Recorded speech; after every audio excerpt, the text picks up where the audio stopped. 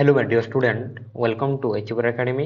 आज सेसन आम डिस्कसन करवा पॉलिटिकल साइंस जो राजनीति विज्ञान जो एग्जाम रही पे एमसीक्यू डिस्कसन करवा ऑल यूनिट पिला यूनिट तुम 2, 3, 4, 5 भिडियोटा हो पारे लेंदी हो पारे पिले ना किंतु जो एमसीक्यू डिस्कसन करवा काली तुम 21 रु 20 किंबा 21 प्रश्न 100% देखा पाइबा पिला से भिडियो कौन कर तुम शेष पर्यंत देख जद्वारा कि तुम 20 रु 21 मार्क आराम से देखिपार जमी हिस्ट्री आसाला से राजनीति विज्ञान भी आसो।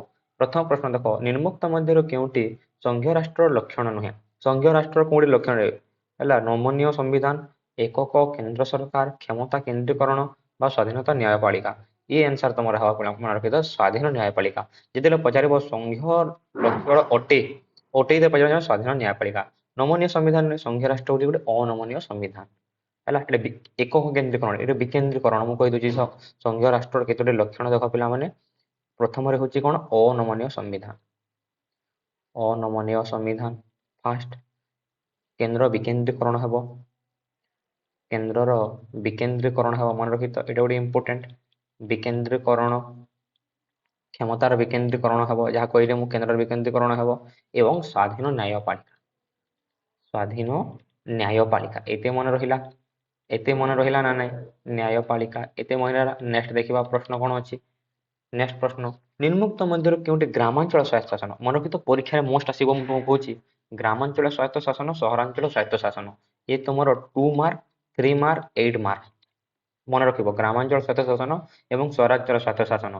जो पचारे क्योंटा अंश अटे ग्रामांचल कौन तुम कौन पे ग्राम सभा मन रखी तो ग्राम सभा ना पौरपालिका ये एनएससी भी नुहे ना पौर निगम भी नुहे। नेक्स्ट प्रश्न देखा पे तुम कौन रही देख, निम्नोक्त मध्य क्या भारतीय संविधान अवशिष्ट व बलका क्षमतार प्रदान कर बलका क्षमतार प्रदान कर संसद। ये भी मन रख 2023 एनुअल देख 2023 एनुअल आसाला संसद। भारतर संविधान अवशिष्ट क्षमता क्या दिखाई संसद को दिखाई। नेक्स्ट प्रश्न देखा, भारतीय संविधान क्यों धारा ग्राम पंचायत संगठन जिते बेले पचार ग्राम पंचायत संगठन धारा के पचार जान धारा 40 धारा 40 हूँ तुम ग्राम पंचायत संगठन एवं ग्राम पंचायत कौन ग्रामांचल स्वायत्त शासन है। ग्रामांचल स्वायत्त शासन मन रहा। नेक्स्ट देखा, पौर निगम राजनीतिक मुख्य कि? पौर निगम राजनीतिक मुख्य कि? पौर निगम राजनीतिक मुख्य कि मेयर। मोर आंसर हूँ कौन मेयर। नेक्स्ट देखा, निम्नोक्त मध्य कौन संघीय राष्ट्र लक्षण? ए भी आम आलोचना कर संघीय राष्ट्र लक्षण कौन स्वाधीन न्यायपालिका ना देख बार बार आसूँ 2022 आसाला 2024 आसी 2026 भी आसबार बहुत चांस अच्छे पे रिपीट कर क्वेश्चन मन रखी इंपोर्टेंट। नेक्स्ट देखा, निम्नोक्त मध्य क्योंटे ग्रामांचल स्वायत्त शासन व्यवस्थार अंश नुहे? मुझे ग्रामांचल स्वायत्त शासन आसो बोली ग्राम सभा तो अटे पंचायत समिति अटे ग्राम पंचायत अटे पौरपालिका नुहे। पौरपालिका हूँ सहरांचल स्वायत्त शासन मन रख। ये हूँ तुम सहरांचल स्वायत्त शासन। निम्नोक्त मध्य क्योंटे सहरांचल नुहे? सहरांचल नुहे माने से कौन कह ग्रामांचल हो कहली ग्रामांचल कौटा मुझे आरंभ कही ग्राम सभा तुम ग्राम सभा हे पंचायत समिति हे एठे ग्राम सभा पंचायत समिति देती विज्ञापित ये तो तुम सहरांचल स्वायत्त शासन। तुम पौरपालिका पौर निगम जिते पौरपालिका पौर निगम पौर शब्द जान से कौन सहरांचल सहरांचल मन रहा। यह जिला परिषद है जिला परिषद। नेक्स्ट देखा, क्यों धारा भारत को राज्य मान संघ रूपे वर्णना कर भेरी भेरी इंपोर्टेंट धारा 1 मन रख। धारा 1 टा बहुत इंपोर्टेंट पे धारा 1 कौन कही तुम धारा 1 कही संविधान भारत राज्य मान एक संघ फेडराल बोली वर्णना कर धारा 1 मिस कर ना। किए भारत में राज्य मान परिसीमा परिवर्तन करें किए परिवर्तन करें तुम राष्ट्रपति करें केवे भी नुहे प्रधानमंत्री राज्यपाल संसद करें संसद कर। निम्नलिखित मध्य क्योंटा प्रत्याहार सह संयोजित? प्रत्याहार सहित संयोजित कौन प्रत्याहार सहित संयोजित पे प्रत्यक्ष गणतंत्र प्रत्याहार गणोद्योग सर यहाँ क्यों आसला आसी ना गणोद्योग प्रत्याहार आसो गणभोट। ये हूँ तुम कौन प्रत्यक्ष गणतंत्र पड़गला प्रत्यक्ष गणतंत्र। नेक्स्ट देखा परवर्ती प्रश्न, संघीय राष्ट्र क्षमता बंटन होता है संघीय राष्ट्र क्षमता बंटन होता है व्यवस्थापक कार्यपालिका केवे भी नुहे केन्द्र राज्य मध्य कौटे केन्द्र राज्य मध्य केन्द्र एवं राज्य मध्य तुम कौन हुए संघीय राष्ट्र क्षमता बंटन हुए। संघीय राष्ट्र फेडराल स्टेट कौन हम क्षमता बंटन हम କେନ୍ଦ୍ର ଗୋଟେ ରହିବା କ'ଣ ଭାରତରେ ଗୋଟେ କେନ୍ଦ୍ରରେ ଜଣେ ଅଛନ୍ତି ଆଉ ଜଣେ ରାଜ୍ୟରେ ଅଛନ୍ତି। କ୍ଷମତା ବଣ୍ଟନ ହେଇଛି ନା ନାଇଁ ମନେ ରଖ ସଂଘୀୟ ରାଷ୍ଟ୍ରରେ। ଜିଲ୍ଲା ପରିଷଦ ବୈଠକ ଗୁଡ଼ିକ କିଏ ଅଧ୍ୟକ୍ଷତା କରନ୍ତି? କିଏ ଅଧ୍ୟକ୍ଷତା କରନ୍ତି ଜିଲ୍ଲା ପରିଷଦର ବୈଠକ ଗୁଡ଼ିକ? ନିର୍ବାଚିତ ଅଧ୍ୟକ୍ଷ। ଆନ୍ସର ହେବ ତମର ନିର୍ବାଚିତ ଅଧ୍ୟକ୍ଷ। କେଉଁ ରାଜ୍ୟରେ ପଞ୍ଚାୟती ରାଜ ବ୍ୟବସ୍ଥା ପ୍ରଥମେ କାର୍ଯ୍ୟକାରୀ ହେଇଥିଲା? ପ୍ରଥମେ ମନେ ରଖ ଏଇଟା ବି ଇମ୍ପୋର୍ଟାଣ୍ଟ। ପଞ୍ଚାୟती ରାଜ ବ୍ୟବସ୍ଥା ପ୍ରଥମେ ଫାର୍ଷ୍ଟ ଟାଇମ୍ କାରଣ ହେଇଥିଲା ଆକ୍ଟିଭିଟି କାର୍ଯ୍ୟକାରୀ ହେଇଥିଲା କେବେ କେଉଁ ସ୍ଥାନରେ କେଉଁ ରାଜ୍ୟରେ ପଚାରିଛି ସେ କେଉଁ ରାଜ୍ୟରେ ହେଇଥିଲା ରେ ପିଲାମାନେ? ଇଏ ହେଉଛି ତମର ରାଜସ୍ଥାନ। ଏ ହେଉଛି ତମର ରାଜସ୍ଥାନ ମନେ ରଖ। ନିମ୍ନୋକ୍ତ ମଧ୍ୟରୁ କେଉଁ ରାଜ୍ୟମାନଙ୍କୁ ସହାୟକ ଅନୁଦାନ ବଣ୍ଟନ ନିମନ୍ତେ ସୁପାରିଶ କରେ? ଇଏ ହେବ କ'ଣ ତମର? ଇଏ ହେବ ଅର୍ଥ ଆୟୋଗ। ଆନ୍ସର ହେବ ପଡ଼ିଗଲା ଅର୍ଥ ଆୟୋଗ। ଆନ୍ସର ହେବ ଅର୍ଥ ଆୟୋଗ। 16 ନମ୍ବର ପ୍ରଶ୍ନ, ପୌର ନିଗମର କାର୍ଯ୍ୟନିର୍ବାହୀ ଅଧିକାରୀ କିଏ? ପୌର ନିଗମ କ'ଣ? ସହରାଞ୍ଚଳ ସ୍ୱାୟତ୍ତ ଶାସନ। ବାରମ୍ବାର କହୁଛି ହେଲା, ସହରାଞ୍ଚଳ ସ୍ୱାୟତ୍ତ ଶାସନ। ଯେତେବେଳେ ସହରାଞ୍ଚଳ ସ୍ୱାୟତ୍ତ ଶାସନ ତାର କିଏ ହେବ? କିଏ ହେବ ତମର ଆନ୍ସର? ଏହାର ଆନ୍ସର ହେବ ତମର କ'ଣ? କମିଶନର। ମନେ ରଖ କମିଶନର। ପୌର ନିଗମର କାର୍ଯ୍ୟନିର୍ବାହୀ ଅଧିକାରୀ କିଏ? ତମର କମିଶନର। ସମ୍ବିଧାନ କେଉଁ ଅନୁସୂଚିତ କେନ୍ଦ୍ର ରାଜ୍ୟ ମଧ୍ୟରେ କ୍ଷମତା ବଣ୍ଟନ କରିଛି? ଆମେ ଦେଖିଲା କେନ୍ଦ୍ର ରାଜ୍ୟ ମଧ୍ୟରେ ସଂଘୀୟ ରାଷ୍ଟ୍ରରେ ଆମେ କ'ଣ ଦେଖିଲା? ସଂଘୀୟ ରାଷ୍ଟ୍ର ମାନଙ୍କ ମଧ୍ୟରେ କେନ୍ଦ୍ର ଓ ରାଜ୍ୟ ମଧ୍ୟରେ କ୍ଷମତା ବଣ୍ଟନ ହୁଏ। କେଉଁ ଅନୁସୂଚୀରେ ପିଲାମାନେ? ଏଇଟା ବି ଇମ୍ପୋର୍ଟାଣ୍ଟ ନା ନାଇଁ? କେଉଁ ଅନୁସୂଚୀରେ? 7ମ ଅନୁସୂଚୀ ମନେ ରଖିଥିବ 7ମ। ତମେ ମନେ ରଖିବ ତମର ୟୁନିଟ୍ 2 ହେଉଛି ଇମ୍ପୋର୍ଟାଣ୍ଟ। ୟୁନିଟ୍ 2 ଏବଂ ୟୁନିଟ୍ 3 ହେଉଛି ଭେରି ଭେରି ଇମ୍ପୋର୍ଟାଣ୍ଟ। କାହିଁକି ନା ଦୁଇଟା ଲଙ୍ଗ ଏଠି ଆସିବ, ଏଠି ଦୁଇଟା ଲଙ୍ଗ ତମର ଏଠି ଆସିବ। ଏଠି 2 ମାର୍କ 3 ମାର୍କ ବହୁତ ପରିମାଣରେ ଦେଖିବାକୁ ପାଇବ ହେଲା, ଭଲ ଭାବରେ ଦେଖ। ନଗର ନିଗମର କାର୍ଯ୍ୟନିର୍ବାହୀ ଅଧିକାରୀ କିଏ? ଏଥିରେ ପଚାରୁଛି ସେ ନଗର ନିଗମର କମିଶନର। ଦେଖିବା ତାପରେ ନେକ୍ସଟ ପ୍ରଶ୍ନ, ନିମ୍ନୋକ୍ତ ମଧ୍ୟରୁ କେଉଁଟି ସଂଘୀୟ ରାଷ୍ଟ୍ର ଲକ୍ଷଣ? ଏବେ କହିଛି କ୍ଷମତାର ବିଭାଜନ, ଏକକ କେନ୍ଦ୍ରୀକରଣ ତ କେବେ ବି ନୁହେଁ। ନମନୀୟ ନୁହେଁ, ଏଠି ତ ଅନମନୀୟ ସମ୍ବିଧାନ। ପିଲାମାନେ ମୁଁ ବାରମ୍ବାର କହିଛି ହେଲା, କ୍ଷମତାର ବିକେନ୍ଦ୍ରୀକରଣ ହୁଏ। ମୁଁ କହିଛି ନା ନାଇଁ? କ୍ଷମତାର ବିଭାଜନ ହେବ କେନ୍ଦ୍ର ରାଜ୍ୟ ମଧ୍ୟରେ। ସଂଘୀୟ ରାଷ୍ଟ୍ର ଲକ୍ଷଣ କ'ଣ?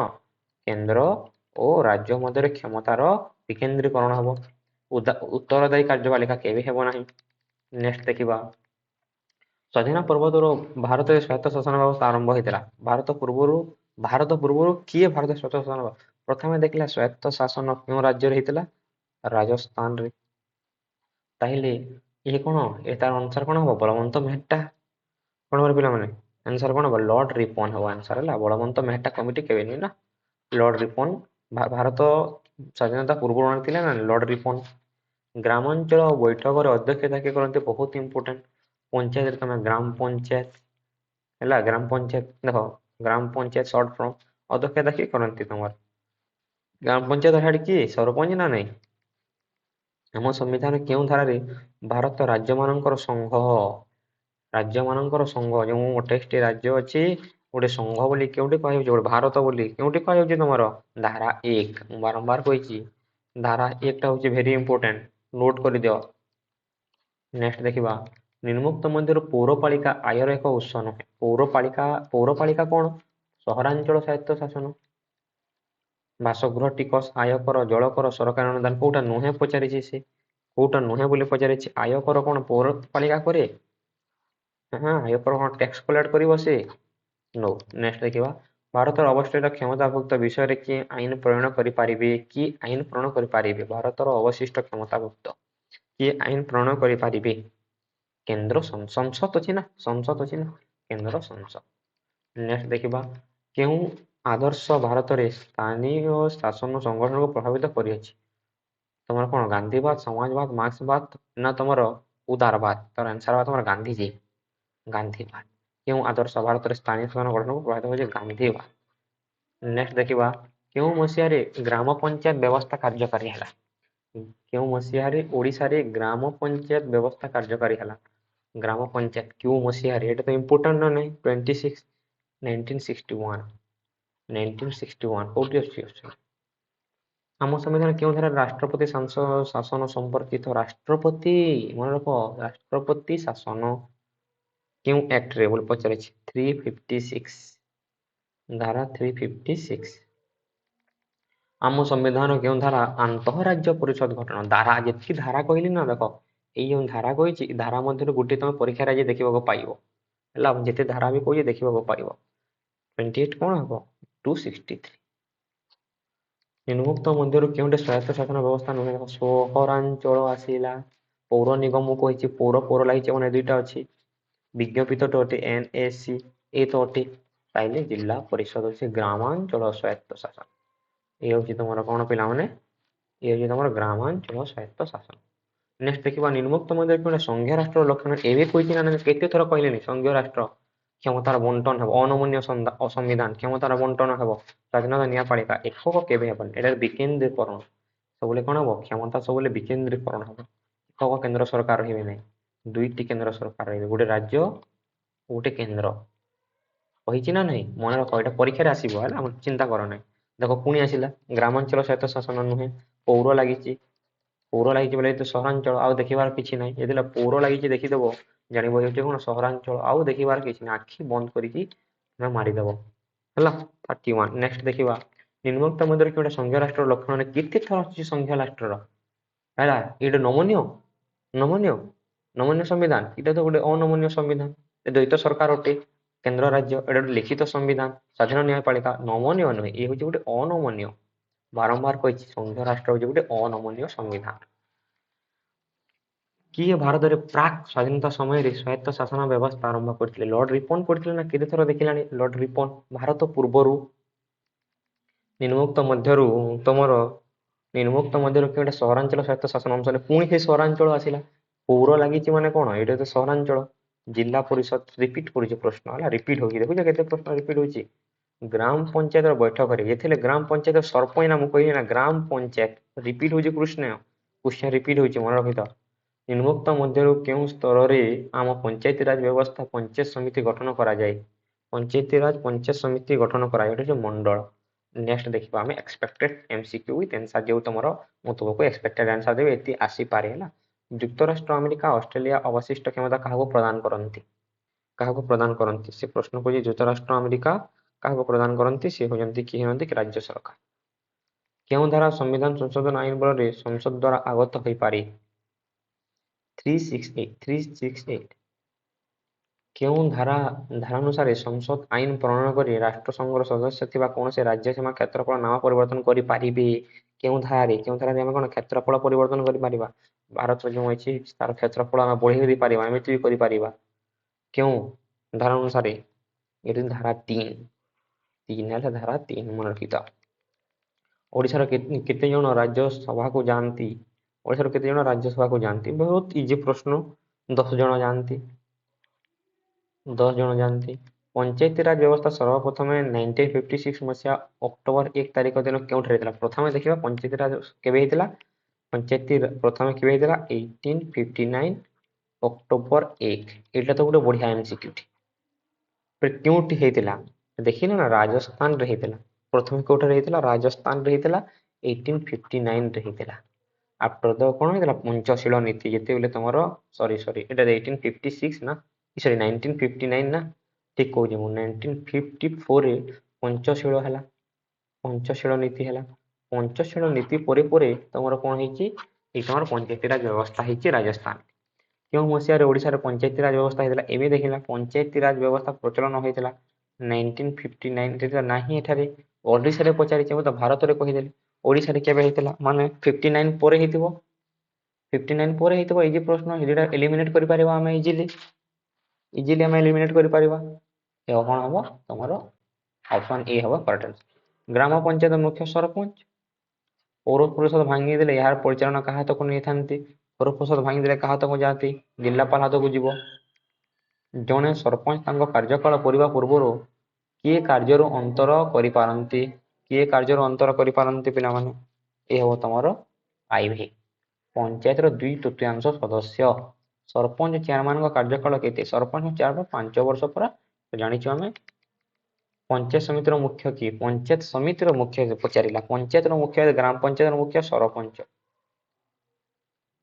କିନ୍ତୁ ପଞ୍ଚାୟତ ସମିତିର ମୁଖ୍ୟ କିଏ? ପଞ୍ଚାୟତ ସମିତିର ମୁଖ୍ୟ ଚେୟାରମ୍ୟାନ। ଓଡ଼ିଶାରେ କେତୋଟି ପଞ୍ଚାୟତ ସମିତି ଅଛି? ପଞ୍ଚାୟତ ସମିତିର ମୁଖ୍ୟ ଦେଖିଲା। କେତୋଟି ପଞ୍ଚାୟତ ଅଛି ଦେଖିଲା। କେତୋଟି ପଞ୍ଚାୟତ ଅଛି? 314ଟି ପଞ୍ଚାୟତ ଅଛି ଦେଖିଲା। ମ୍ୟୁନିସିପାଲିଟି କେତେ ଗୋଟେ ମ୍ୟୁନିସିପାଲିଟି, କେତେ ଗୋଟେ ବିଜ୍ଞାପିତ ଅଞ୍ଚଳ? ଏଇଟା ବହୁତ ଇମ୍ପୋର୍ଟାଣ୍ଟ। ଏଇ 3 ପ୍ରଶ୍ନର ଗୋଟେ ପ୍ରଶ୍ନ ତମ ଆସିପାରେ ପ୍ରଶ୍ନ। ଏଇ ଯେଉଁ 3 ପ୍ରଶ୍ନ ଆଲୋଚନା କଲା, ଏଥିରୁ ଆସିପାରିବ। পঞ্চায়েত কেতোটি, পঞ্চায়েতর তোমার চেয়ারম্যান, म्युनिसिपालिटी কেতোটি রয়েছে, म्युनिसिपालिटी তোমার রয়েছে 53টি म्युनिसिपालिटी এবং বিজ্ঞাপিত অঞ্চଳ କେତେ ଅଛି ତମର 91ଟି ତମର ଅଛି। 53 ଏବଂ 91 କୋଉଠି ଅଛି? କୋଉଠି ବି ନାହିଁ। 53 ଏବଂ 91 ଓଡ଼ିଶାରେ ତମର ଦେଖ ପିଲାମାନେ କହୁଛି କଣ ଓଡ଼ିଶାରେ କେତେ ଗୋଟେ म्युनिसिपालिटी କେତେ ଗୋଟେ ବିଜ୍ଞାପିତ ପରିଷଦ। ହଁ 53 ଏବଂ 91 ମନେ ରଖ। ପ୍ରଶ୍ନ ଭୁଲ ଅଫରରେ ତ ଦେଇନାହିଁ 53 91 କଣ ଆଉ ଆନ୍ସର ହେଲା। ଭାରତରେ କାହାକୁ ପ୍ରଧାନମନ୍ତ୍ରୀତ୍ୱ ସମୟରେ ପଞ୍ଚାୟତିରାଜ ବ୍ୟବସ୍ଥା ପ୍ରଚଳନ କରାଯାଇଥିଲା? ପଞ୍ଚାୟତିରାଜ କେବେ ହେଇଥିଲା? ଆମେ ଦେଖିଲା 1959 1959ରେ ପଞ୍ଚାୟତିରାଜ ହେଇଥିଲା। କେଉଁ ସ୍ଥାନରେ ହେଇଥିଲା? ରାଜସ୍ଥାନରେ ହେଇଥିଲା। କାହା ସମୟରେ ହେଇଥିଲା? ଏ ପ୍ରଶ୍ନ କରାଯାଇଛି କାହା ସମୟରେ? ଜବାହରଲାଲ ନେହେରୁଙ୍କ ସମୟ। ଜବାହରଲାଲ ନେହେରୁଙ୍କ ସମୟରେ ଜବାହରଲାଲ ନେହେରୁଙ୍କ ସମୟରେ ଏହା ହେଇଥିଲା। ନେକ୍ସଟ କ୍ୱେଶ୍ଚନ ଆଡ଼କୁ ଯିବା ପିଲାମାନେ। ପରବର୍ତ୍ତୀ ପ୍ରଶ୍ନ କଣ? ପଣ୍ଡିତ ଜବାହରଲାଲ ନେହେରୁ ହେବ ପଞ୍ଚାୟତିରାଜ, ପଣ୍ଡିତ ଜବାହରଲାଲ ନେହେରୁ ହେବ ପଞ୍ଚଶୀଳ। ପଞ୍ଚଶୀଳ ନୀତି, ପଞ୍ଚାୟତିରାଜ ବୋଥ ଜବାହରଲାଲ ନେହେରୁ। କିଏ ଜିଲ୍ଲା ପରିଷଦର ମୁଖ୍ୟ ଅଟନ୍ତି? ଚେୟାରମ୍ୟାନ। ପଞ୍ଚାୟତି ବ୍ୟବସ୍ଥାରେ କେଉଁଠି ଉଚ୍ଚତମ ସ୍ତର? ପଞ୍ଚାୟତିରାଜର ଉଚ୍ଚତମ ସ୍ତର ହେଉଛି ଜିଲ୍ଲା ପରିଷଦ। ଜିଲ୍ଲା ପରିଷଦ ମନେ ରଖିଲା। ନେକ୍ସଟ ଦେଖିବା କେଉଁଟି ଓଡ଼ିଶାର ପଞ୍ଚାୟତିରାଜ ବ୍ୟବସ୍ଥାର ମଧ୍ୟମ ସ୍ତର ଅଟେ? ମଧ୍ୟମ ସ୍ତର ଓଡ଼ିଶାରେ ପଞ୍ଚାୟତିରାଜ କେବେ ହେଇଥିଲା? ଏବେ ଦେଖିଲା 1961ରେ ହେଇଥିଲା। ତାହେଲେ ମଧ୍ୟମ ସ୍ତର କିଏ? ମଧ୍ୟମ ସ୍ତର ହେଉଛି ପଞ୍ଚାୟତ ସମିତି। ଆନ୍ସର ହେବ ତମର ପଞ୍ଚାୟତ ସମିତି। ପୌର ପରିଷଦ, ପୌର ପରିଷଦ ହେଉଛି ସହରାଞ୍ଚଳ ସ୍ୱାୟତ୍ତ ଶାସନ। ସହରାଞ୍ଚଳ ସ୍ୱାୟତ୍ତ ଶାସନ।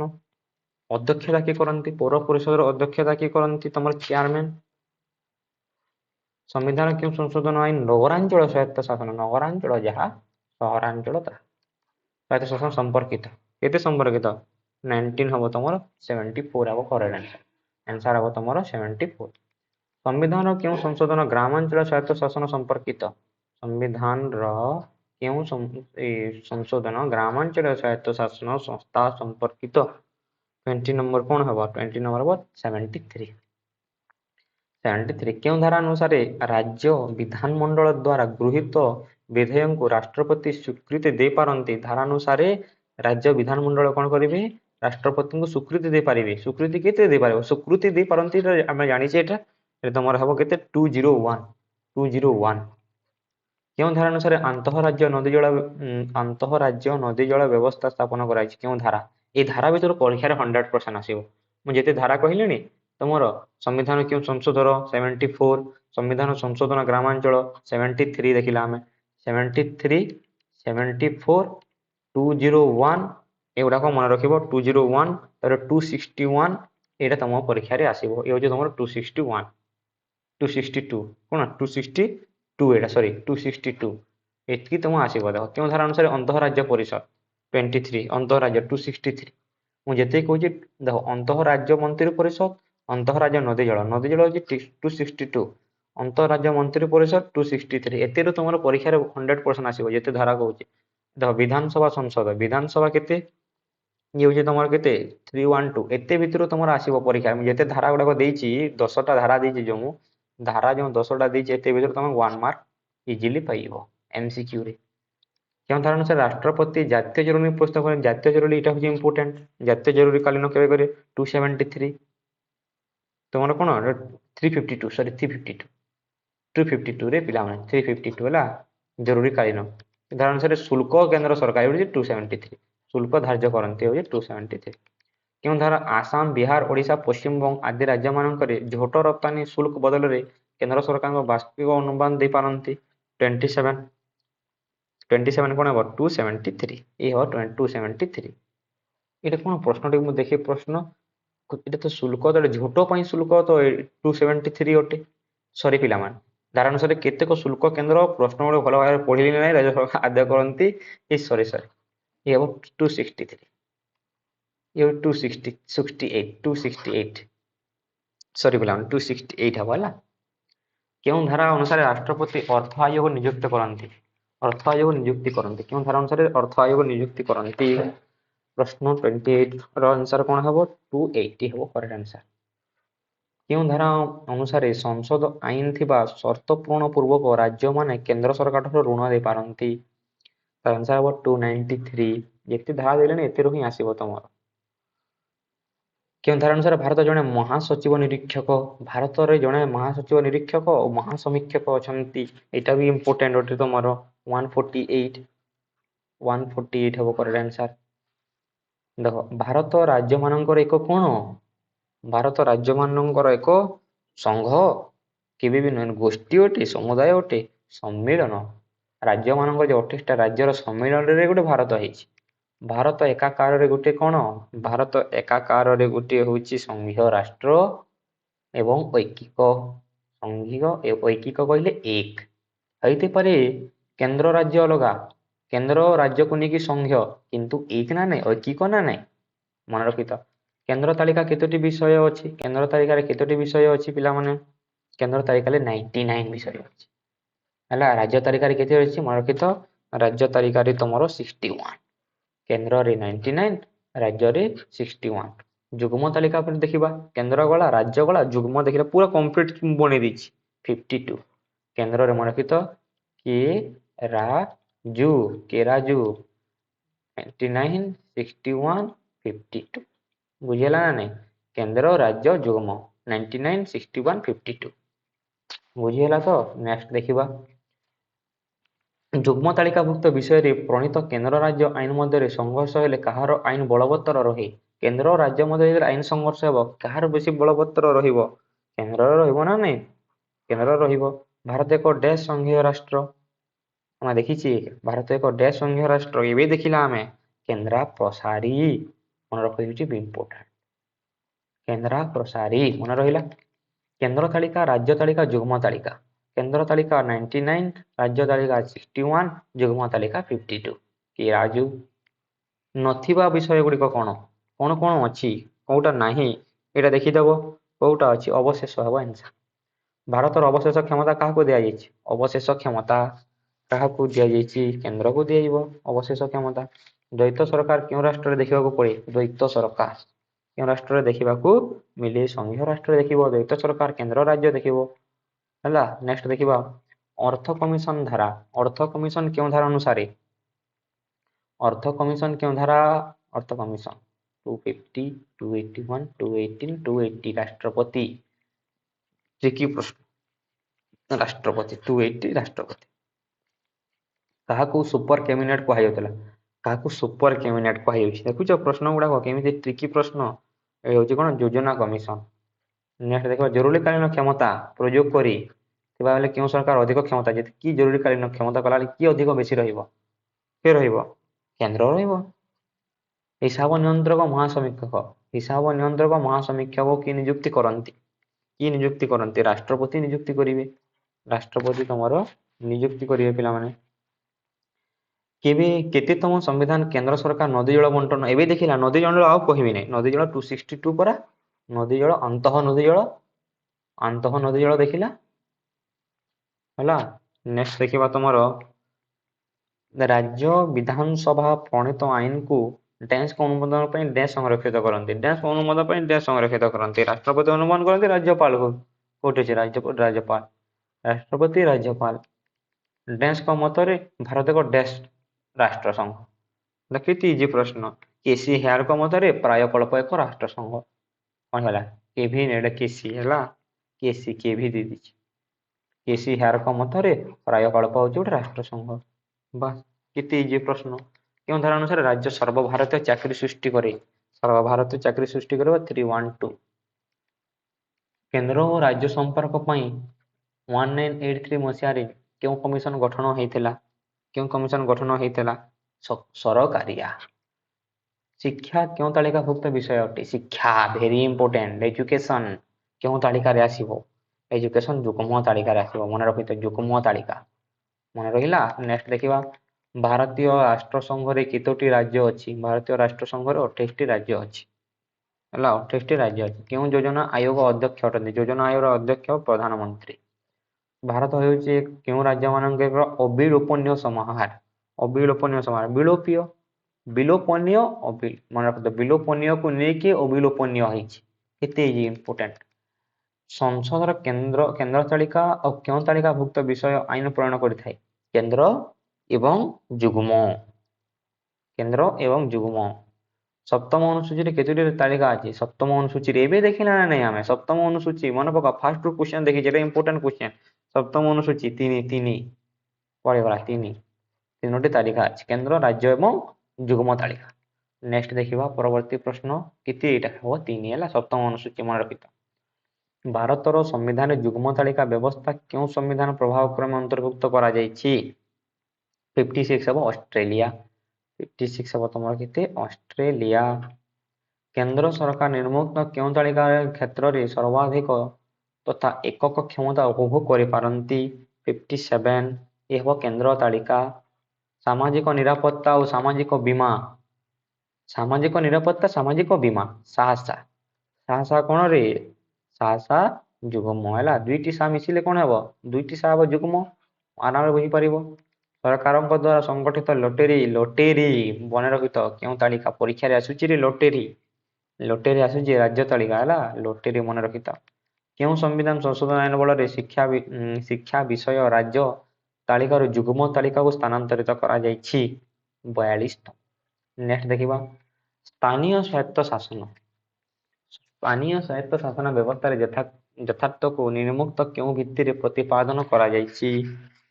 ତୃଣମୂଳ ଗଣତାନ୍ତ୍ରିକ ନୀତି, ତୃଣମୂଳ ଗଣତାନ୍ତ୍ରିକ ନୀତି। ପଞ୍ଚାୟତି ରାଜ ବ୍ୟବସ୍ଥା ରାଜସ୍ଥାନରେ ହେଇଥିଲା ପ୍ରଥମେ ପଞ୍ଚାୟତି। ନେକ୍ସଟ କାର୍ଯ୍ୟକାରୀ କରାଯିବା ମୂଳର ଲକ୍ଷ୍ୟ କଣ? ମୂଳ ଲକ୍ଷ୍ୟ କଣ ଅଟେ ତମର? ଗଣତାନ୍ତ୍ରିକ କ୍ଷମତାର ବିକେନ୍ଦ୍ରୀକରଣ। ପଢିଗଲା ରେ ଗଣତାନ୍ତ୍ରିକ କ୍ଷମତାର ବିକେନ୍ଦ୍ରୀକରଣ। ଏଇଟା ହେବ ହେଲା, ମନେ ରଖିଥା, ଏଇଟା ପ୍ରଶ୍ନଟେ ଭୁଲ ଅଛି। ଏଇଟା ଗଣତାନ୍ତ୍ରିକ କ୍ଷମତାର ବିକେନ୍ଦ୍ରୀକରଣ ଦେଇଯିବା ଦେ ଅପସନରେ। କିଏ କେନ୍ଦ୍ର ନୀତି ଆୟୋଗର ଅଧ୍ୟକ୍ଷ? ନୀତି ଆୟୋଗ ମନେ ରଖିଥାଅ, ନୀତି ଆୟୋଗର ଅଧ୍ୟକ୍ଷ କିଏ? ପ୍ରଧାନମନ୍ତ୍ରୀ। ରାଜ୍ୟ ପୁନର୍ଗଠନ ଆୟୋଗ, ରାଜ୍ୟର ପୁନର୍ଗଠନ ଆୟୋଗ 1956 ଦେଇନି 1956 ପ୍ରଶ୍ନ ଅପସନ ଗୁଡାକ ଭୁଲ ଅଛି, ତାହେଲେ ଏ 1956 ପିଲାମାନେ ରାଜ୍ୟ ପୁନର୍ଗଠନ ଆୟୋଗ, ରାଜ୍ୟ ପୁନର୍ଗଠନ ଆୟୋଗ 1956। ଭାରତ ସମ୍ବିଧାନ କେଉଁ ଅନୁସୂଚୀରେ କେନ୍ଦ୍ର ରାଜ୍ୟ ମଧ୍ୟରେ କ୍ଷମତା ବଣ୍ଟନ କରାଯାଇଛି? ସପ୍ତମ ଅନୁସୂଚୀରେ ବଣ୍ଟନ କରାଯାଇଛି। ଦେଖିବା କେନ୍ଦ୍ର ରାଜ୍ୟ ଓ ସରକାରଙ୍କ ମଧ୍ୟରେ ଥିବା ବ୍ୟବସ୍ଥାପିକା ସମ୍ପର୍କ ତମର ଏକାଦଶ ବ୍ୟବସ୍ଥାପିକା। ଇଣ୍ଡିଆ ଯାହାକି ଭାରତ ରାଷ୍ଟ୍ରମାନଙ୍କ ଏକ ସମ୍ମିଳନ, କେତେ ଥର ଆମେ ଆଲୋଚନା କଲା ନେବେ? ଧାରା 1 ପରା, ଧାରା 1 ହଉଛି ଇମ୍ପୋର୍ଟାଣ୍ଟ, ଧାରା 1 ହଉଛି ଭେରି ଭେରି ଇମ୍ପୋର୍ଟାଣ୍ଟ। ଯୁଗ୍ମ ତାଲିକାରେ କେତୋଟି ବିଷୟ ଅଛି? ଯୁଗ୍ମ ତାଲିକାରେ ତମର 51ଟି ଅଛି ନା ନାଇଁ? 51ଟି ଅଛି। ତମର ରାଜ୍ୟରେ କେତୋଟି ଅଛି? 61। କେନ୍ଦ୍ରରେ କେତୋଟି ଅଛି? 99। ଆଲୋଚନା କଲା ଏବେ। କେଉଁ କ୍ଷମତା ବଳରେ ସୁପ୍ରିମକୋର୍ଟ ଆମ ସମ୍ବିଧାନ ସୁରକ୍ଷା କରେ? କେଉଁ କ୍ଷମତା ବଳରେ ସୁପ୍ରିମକୋର୍ଟ ଆମର କେଉଁ କ୍ଷମତା? ଏଇଟା ହଉଛି ନ୍ୟାୟିକ ପୁନର୍ବିଲୋଚନ ଅପସନ 2 ଦେଇଛି। ଭାରତୀୟ ସମ୍ବିଧାନ କେଉଁ ଧାରାରେ ସଂଶୋଧନ ବର୍ଣ୍ଣିତ ଅଛି? 70। 368 ଆଲୋଚନା କରି ସାରିଛି ଏଇଟା। ଭାରତରେ କିପରି କେନ୍ଦ୍ର ବ୍ୟବସ୍ଥାପିକା ରହିଛି? କେନ୍ଦ୍ର ବ୍ୟବସ୍ଥାପିକା କେମିତି ରହିଛି ପଚାରିଛି ସେ? 2 ସଦନୀୟ ନା ନାଇଁ? 2 ସଦନୀୟ। କିଏ କହିଥିଲେ ଭାରତ ପୂର୍ଣ୍ଣ ମାତ୍ରାରେ ସଂଘୀୟ ନୁହେଁ, ମାତ୍ର ଅର୍ଦ୍ଧ ସଂଘୀୟ? ମନେ ରଖିଥା 3 ମାର୍କ, ଅର୍ଦ୍ଧ ସଂଘୀୟ, ଏଟା ଇମ୍ପୋର୍ଟାଣ୍ଟ। 3 ମାର୍କ, ଅର୍ଦ୍ଧ ସଂଘୀୟ। କିଏ କହିଥିଲେ ଅର୍ଦ୍ଧ ସଂଘୀୟ ବୋଲିକରି? ମନେ ରଖିଥା GN ଜରୁରୀ ପରିସ୍ଥିତି ବେଳେ ସମ୍ବିଧାନ କେଉଁ ଧାରା ବଳରେ ସଂସଦ ତାଲିକାଭୁକ୍ତ ବିଷୟ ଉପରେ ଆଇନ ପ୍ରଣୟନ କରିପାରିବ? ଧାରା 73 କଣ କହିଛି ଏଟାର ପ୍ରଶ୍ନ ଟିକେ ଦେଖିଦିଅ। ଧାରା 250। କେନ୍ଦ୍ର ଓ ରାଜ୍ୟରେ ରାଷ୍ଟ୍ରପତି ଶାସନ ଜାରି ହେଲେ, ଯେତେ କେନ୍ଦ୍ରରେ ରାଜ୍ୟରେ ରାଷ୍ଟ୍ରପତି ଶାସନ ଜାରି ହୁଏ, କିଏ କେନ୍ଦ୍ରର ପ୍ରତିନିଧି କରନ୍ତି? Very important, very very important. କଣ କହ ଏଇଟା ହବ ତମର 74। ରାଜ୍ୟପାଳ ହେବ ପ୍ରଶଂସା। ଭାରତର ଆର୍ଥିକ ସଙ୍କଟ ଦେଖାଗଲେ କେଉଁ ଧାରା ବଳରେ ରାଷ୍ଟ୍ରପତି ଆର୍ଥିକ ଜରୁରୀ ପରିସ୍ଥିତି ଘୋଷଣା କରିପାରିବେ? ଏଇଟା ବି ଇମ୍ପୋର୍ଟାଣ୍ଟ ଗୋଟେ ତମର ଧାରା 360। ଧାରା 360 କୁ ଭେରି ଇମ୍ପୋର୍ଟାଣ୍ଟ। ଭାରତ ଏକ କେଉଁ ପ୍ରକାର ନାଗରିକତା ବ୍ୟବସ୍ଥା ରହିଛି? ଦ୍ୱୈତ ନାଗରିକତା। ତମର ଦ୍ୱୈତ ନାଗରିକତା ଏକକ ନାଗରିକତା ହେଲା, ଏକକ ନାଗରିକତା। ନିମ୍ନଲିଖିତ ମଧ୍ୟରୁ କେଉଁଟି ଏକ ସାମ୍ବିଧାନିକ ସଂସ୍ଥା ନୁହେଁ? ସାମ୍ବିଧାନିକ ସଂସ୍ଥା ନୁହେଁ ବୋଲି ସେ କହିଛି। ସାମ୍ବିଧାନିକ ସଂସ୍ଥା ନୁହେଁ। ନିର୍ବାଚନ ଆୟୋଗ, କେନ୍ଦ୍ର ଲୋକସଭା ଆୟୋଗ, ଅର୍ଥ ଆୟୋଗ, ନୀତି ଆୟୋଗ, କୋଉଠି ବି ନାହିଁ, ସବୁ ଅଟେ। ଉପରୋକ୍ତ ସମସ୍ତ ହେବା କଥା ହେଲା। 78 ଦେଖିବା ସରକାରିଆ କମିଶନ। ଏବେ ଦେଖିଲା ସରକାରିଆ କମିଶନ କେଉଁ ମସିହାରେ ସରକାରିଆ କମିଶନ ଏବେ ଦେଖିକି ଆମେ 1987। ସୁପ୍ରିମକୋର୍ଟ ରାୟ ଅନୁସାରେ 1994 ମସିହାରେ ଘୋଷିତ ରାଷ୍ଟ୍ରପତି ଶାସନ କେଉଁ ରାଜ୍ୟ ପାଇଁ ଅସାମ୍ବାଦିକ ଥିଲା? କେଉଁ ରାଜ୍ୟ ପାଇଁ ପଚାରିଛି। ସୁପ୍ରିମକୋର୍ଟ ରାୟ 1994 ଘୋଷିତ ରାଷ୍ଟ୍ରପତି ଶାସନ ଅସାମ୍ବିଧାନିକ ଥିଲା। କଣ ହବ? କର୍ଣ୍ଣାଟକ ଅପସନରେ ଅଛି, କର୍ଣ୍ଣାଟକ ହବ କରେକ୍ଟ ଆନ୍ସର। 1988 ମସିହାରେ କେଉଁ ରାଜ୍ୟରେ କେନ୍ଦ୍ର ଦ୍ୱାରା ଅର୍ଦ୍ଧସାମରିକ ବାହିନୀ ମୁତୟନର ଅଣ-କଂଗ୍ରେସ ଶାସନ ରାଜ୍ୟଗୁଡ଼ିକ ବିରୋଧ କରିଥିଲା? 80 ନମ୍ବର କଣ ହେବ? 80 ନମ୍ବର ହେବ ତ୍ରିପୁରା। ତ୍ରିପୁରା ହେଲା। କେଉଁ ରାଷ୍ଟ୍ରରେ ଗୋଟିଏ କେନ୍ଦ୍ର ସରକାର ଅନେକ ରାଜ୍ୟ ସରକାର ଥାନ୍ତି ତାକୁ କେଉଁ ରାଷ୍ଟ୍ର କୁହାଯାଏ? କେଉଁ ରାଷ୍ଟ୍ର କୁହାଯିବ ରେ? ଗୋଟିଏ କେନ୍ଦ୍ର ଥିବ, ଅନେକ ରାଜ୍ୟ ସରକାର ଥିବ, ଯେମିତି ଭାରତ। ଯେମିତି ଭାରତ ଫେଡେରାଲ ଷ୍ଟେଟ, ସଂଘୀୟ ରାଷ୍ଟ୍ର। ରାଷ୍ଟ୍ରସଂଘ ଏବଂ ସଂଘ ରାଷ୍ଟ୍ର ଶବ୍ଦ କେଉଁ ଲାଟିନ ଶବ୍ଦ ରହିଛି? ଏଟା ବହୁତ ଇଜି ପ୍ରଶ୍ନଟି। ଏଟା ପ୍ରଶ୍ନ ହଉଛି ଫଏଡସ୍। ଫଏଡସ୍। 1968 ମସିହାରେ କେଉଁ ରାଜ୍ୟର ନାମ ପରିବର୍ତ୍ତନ କରାଯାଇ ତାମିଲନାଡୁ ରଖାଗଲା? ତାମିଲନାଡୁ ରଖାଗଲା। ମନେକର ମାଡ୍ରାସ ନା ନାଇଁ, ମାଡ୍ରାସ ପରିବର୍ତ୍ତେ ତମର କହାଣ ରଖାଗଲା ତାମିଲନାଡୁ ପରିବର୍ତ୍ତେ ମାଡ୍ରାସ ପରିବର୍ତ୍ତେ ତାମିଲନାଡୁ ହେଲା। 2000 ମସିହା ରାଜ୍ୟ ବିଭାଜନ କରି 3ଟି ରାଜ୍ୟ ଗଠିତ ହୋଇଥିଲା, ମାତ୍ର ନିମ୍ନଲିଖିତ ମଧ୍ୟରୁ ତନ୍ମଧ୍ୟରୁ ଗୋଟିଏ ନୁହେଁ। 3ଟି ହେଇଥିଲା, କୋଉଟା ନୁହେଁ? ଉତ୍ତରାଞ୍ଚଳ, ଅରୁଣାଚଳ ପ୍ରଦେଶ, ଝାରଖଣ୍ଡ, ଛତିଶଗଡ଼। କଣ ହେବାର ପିଲାମାନେ? 84 ଅରୁଣାଚଳ ପ୍ରଦେଶ। ଅରୁଣାଚଳ ପ୍ରଦେଶ ହେଲା। ରାଜ୍ୟ ଶାସନ ବିଷୟରେ ପାକ୍ଷିକ ବିବରଣୀ କିଏ ରାଷ୍ଟ୍ରପତି ନିକଟକୁ ପଠାନ୍ତି? ରାଜ୍ୟପାଳ ପଠାଇବେ। 89 ଦେଖିବା ପଞ୍ଜାବ ବିଭାଜନ ଘଟି କେଉଁ ବର୍ଷ ପଞ୍ଜାବ, ହରିୟାଣା, ଚଣ୍ଡିଗଡ଼? Very important. ପଞ୍ଜାବ, ହରିୟାଣା, ଚଣ୍ଡିଗଡ଼ କେନ୍ଦ୍ରଶାସିତ ଅଞ୍ଚଳ ହେଇଥିଲା 1966 ହେବ କରେକ୍ଟ ଆନ୍ସର। ନିମ୍ନଲିଖିତ ବିଷୟ ମଧ୍ୟରେ କେଉଁଟି କେନ୍ଦ୍ର ସରକାରଙ୍କ ଅଧୀନରେ ଆସେ? କେନ୍ଦ୍ର ସରକାର ଅଧୀନରେ ଆସେ ତମର କଣ କେନ୍ଦ୍ର ସରକାର ଅଧୀନରେ ଆସିବ? ବ୍ୟାଙ୍କିଙ୍ଗ। ବ୍ୟାଙ୍କିଙ୍ଗ ହେଲା। ସମ୍ପତ୍ତି ଯୁଗ୍ମ ତାଲିକା କେତେ ବିଷୟ ଅନ୍ତର୍ଭୁକ୍ତ? କେତେ? 52। କେତେରେ? 52। ଯୁଗ୍ମ ତାଲିକା 52। କେଉଁ ବିଷୟ ଏକ କାଳୀନ ସମସ୍ତ ତାଲିକାରେ ଆସେ? ସମସ୍ତ ତାଲିକାରେ ଆସିବ। କେନ୍ଦ୍ର ରାଜ୍ୟ ଯୁଗ୍ମ ତାଲିକାରେ ସବୁ ତାଲିକାରେ ଆସିବ। ତାହା କଣ ଅଟେ? ଖବର କାଗଜ। ଏ ହବ ଖବର କାଗଜ। ମନେ ରଖିଥା ହେଲା। ନିମ୍ନଲିଖିତ ମଧ୍ୟରୁ କେଉଁଟି ସଠିକ ଭାବେ ମେଳ ଖାଉ ନାହିଁ? ସଠିକ ଭାବରେ ତମର ମେଳ ଖାଉ ନାହିଁ। ଇଏ ତ ମେଳ ଖାଉଛି ପିଲାମାନେ। ରାଜ୍ୟ ତାଲିକା ଯୋଗାଯୋଗ, ସମବାୟ ତାଲିକା ଯୋଗାଯୋଗ କୋଉଠି ପଳେଇ ଆସିଲା? ସମବାୟ ତାଲିକା ଯୋଗାଯୋଗ କୋଉଠି ପଳେଇ ଆସିଲା? ନେକ୍ସଟ ଦେଖିବା ଭାରତ କେଉଁ ଧାରାରେ 747 ବିଷୟରେ ଉଲ୍ଲେଖ କରାଯାଇଛି? ଭାଗ ଏକାଦଶ। ନିମ୍ନଲିଖିତ ଟିକସ ମଧ୍ୟରୁ ରାଜ୍ୟ ସରକାର ଦ୍ୱାରା ଆଦାୟ ସଂଗ୍ରହ ରଖାଯିବ କଣ ହେବ? 92। ଉପରୋକ୍ତ ସମସ୍ତ ହେଲା। ନିମ୍ନଲିଖିତ ମଧ୍ୟରୁ କେଉଁଟି ପ୍ରଶାସନିକ ସଂସ୍କାର ଆୟୋଗ ସହିତ ଜଡ଼ିତ ନୁହେଁ? 93 ହେବ ସରକାର କମିଶନ। ନିମ୍ନଲିଖିତ ମଧ୍ୟରୁ କେଉଁଟି ସଠିକ ଭାବେ ମେଳ ଖାଉନାହିଁ? ସଠିକ ଭାବେ ମେଳ ଖାଉନାହିଁ। ରାଜ୍ୟ ଜରିମାନା କମିଟି 1967, ପୁଞ୍ଜି ଆୟୋଗ 2001 ନୁହେଁ ହେଲା। ନେକ୍ସଟ ଦେଖିବା ନିମ୍ନଲିଖିତ ମଧ୍ୟରୁ କେଉଁଟି ସଠିକ ଭାବେ ମେଳ ଖାଉଛି? ସଠିକ ଭାବେ ମେଳ ଖାଉଛି। ଅର୍ଥ ଆୟୋଗ କେବେ ବି ନୁହେଁ। କେନ୍ଦ୍ର ସରକାରଙ୍କ ଦ୍ୱାରା କରାଯାଇଥିବା ଅର୍ଥ ଧାରା ଏଇଟା ବି ନୁହେଁ। ରାଷ୍ଟ୍ରମାନଙ୍କ ଦ୍ୱାରା କାର୍ଯ୍ୟ ପ୍ରତିନିଧି କରିଥିବା ଶକ୍ତି ଧାରା ଏଇଟା ବି ନୁହେଁ। ୟୁନିୟନ ଦ୍ୱାରା ରାଜ୍ୟପାଳ ଫର୍ମାସ 275 ମଣ୍ଡକ ଏଇଟା ହଉଛି ଇମ୍ପୋର୍ଟାଣ୍ଟ। ନେକ୍ସଟ ଦେଖିବା ଶେଷ ପ୍ରଶ୍ନ ନିମ୍ନଲିଖିତ ସୁପାରିଶ ଗୁଡ଼ିକ ମଧ୍ୟରେ କେଉଁଟି ସରକାରିଆ ଆୟୋଗ ନୁହେଁ? କଣ ହେବ ତମର? 96 ଅପସନ ଏ ହେବ କରେକ୍ଟ ଆନ୍ସର। ତାପରେ ୟୁନିଟ 3 ଦେଖିବା ପିଲାମାନେ। ୟୁନିଟ 2 ଆମେ ବହୁତ ଆଲୋଚନା କରିଲାଣି। ୟୁନିଟ 2 ଯେତେ ବି ଆଲୋଚନା କରିଛେ ତମେ 6ଟି MCQ ନିଶ୍ଚିତ ଭାବେ ତମେ ପାଇବ। 6ଟି MCQ ଯେତେ ଆଲୋଚନା କଲା ଯୋଉ 96 ଆଲୋଚନା କରିଛେ 96 ରୁ ତମେ 6ଟି MCQ ଇଜିଲି ପାଇଯିବ। ଆମେ ଯେ ୟୁନିଟ 3 ଆଲୋଚନା କରିବା ୟୁନିଟ 3 ରୁ ତମେ କେତେ MCQ ପାଇବ? 5 MCQ ତମେ ପାଇଯିବ। ଭଲ ଭାବରେ ଶେଷ ପର୍ଯ୍ୟନ୍ତ ଦେଖ। ସମସ୍ତ ସାଙ୍ଗମାନଙ୍କୁ ସେୟାର କରିବ। ଚ୍ୟାନେଲଟାକୁ ସବସ୍କ୍ରାଇବ କରିକି ଅଲ୍ ବଟନରେ ପ୍ରେସ୍ କରିଦେବ ହେଲା। ଆଉ ଗୋଟେ ଲାଇକ୍ କରିବ। ଚାଲ ପିଲାମାନେ ଆଲୋଚନା କରିବା ଆମେ କଣ ଅଛି। ପ୍ରଥମ ପ୍ରଶ୍ନ ଦେଖିଦେବା।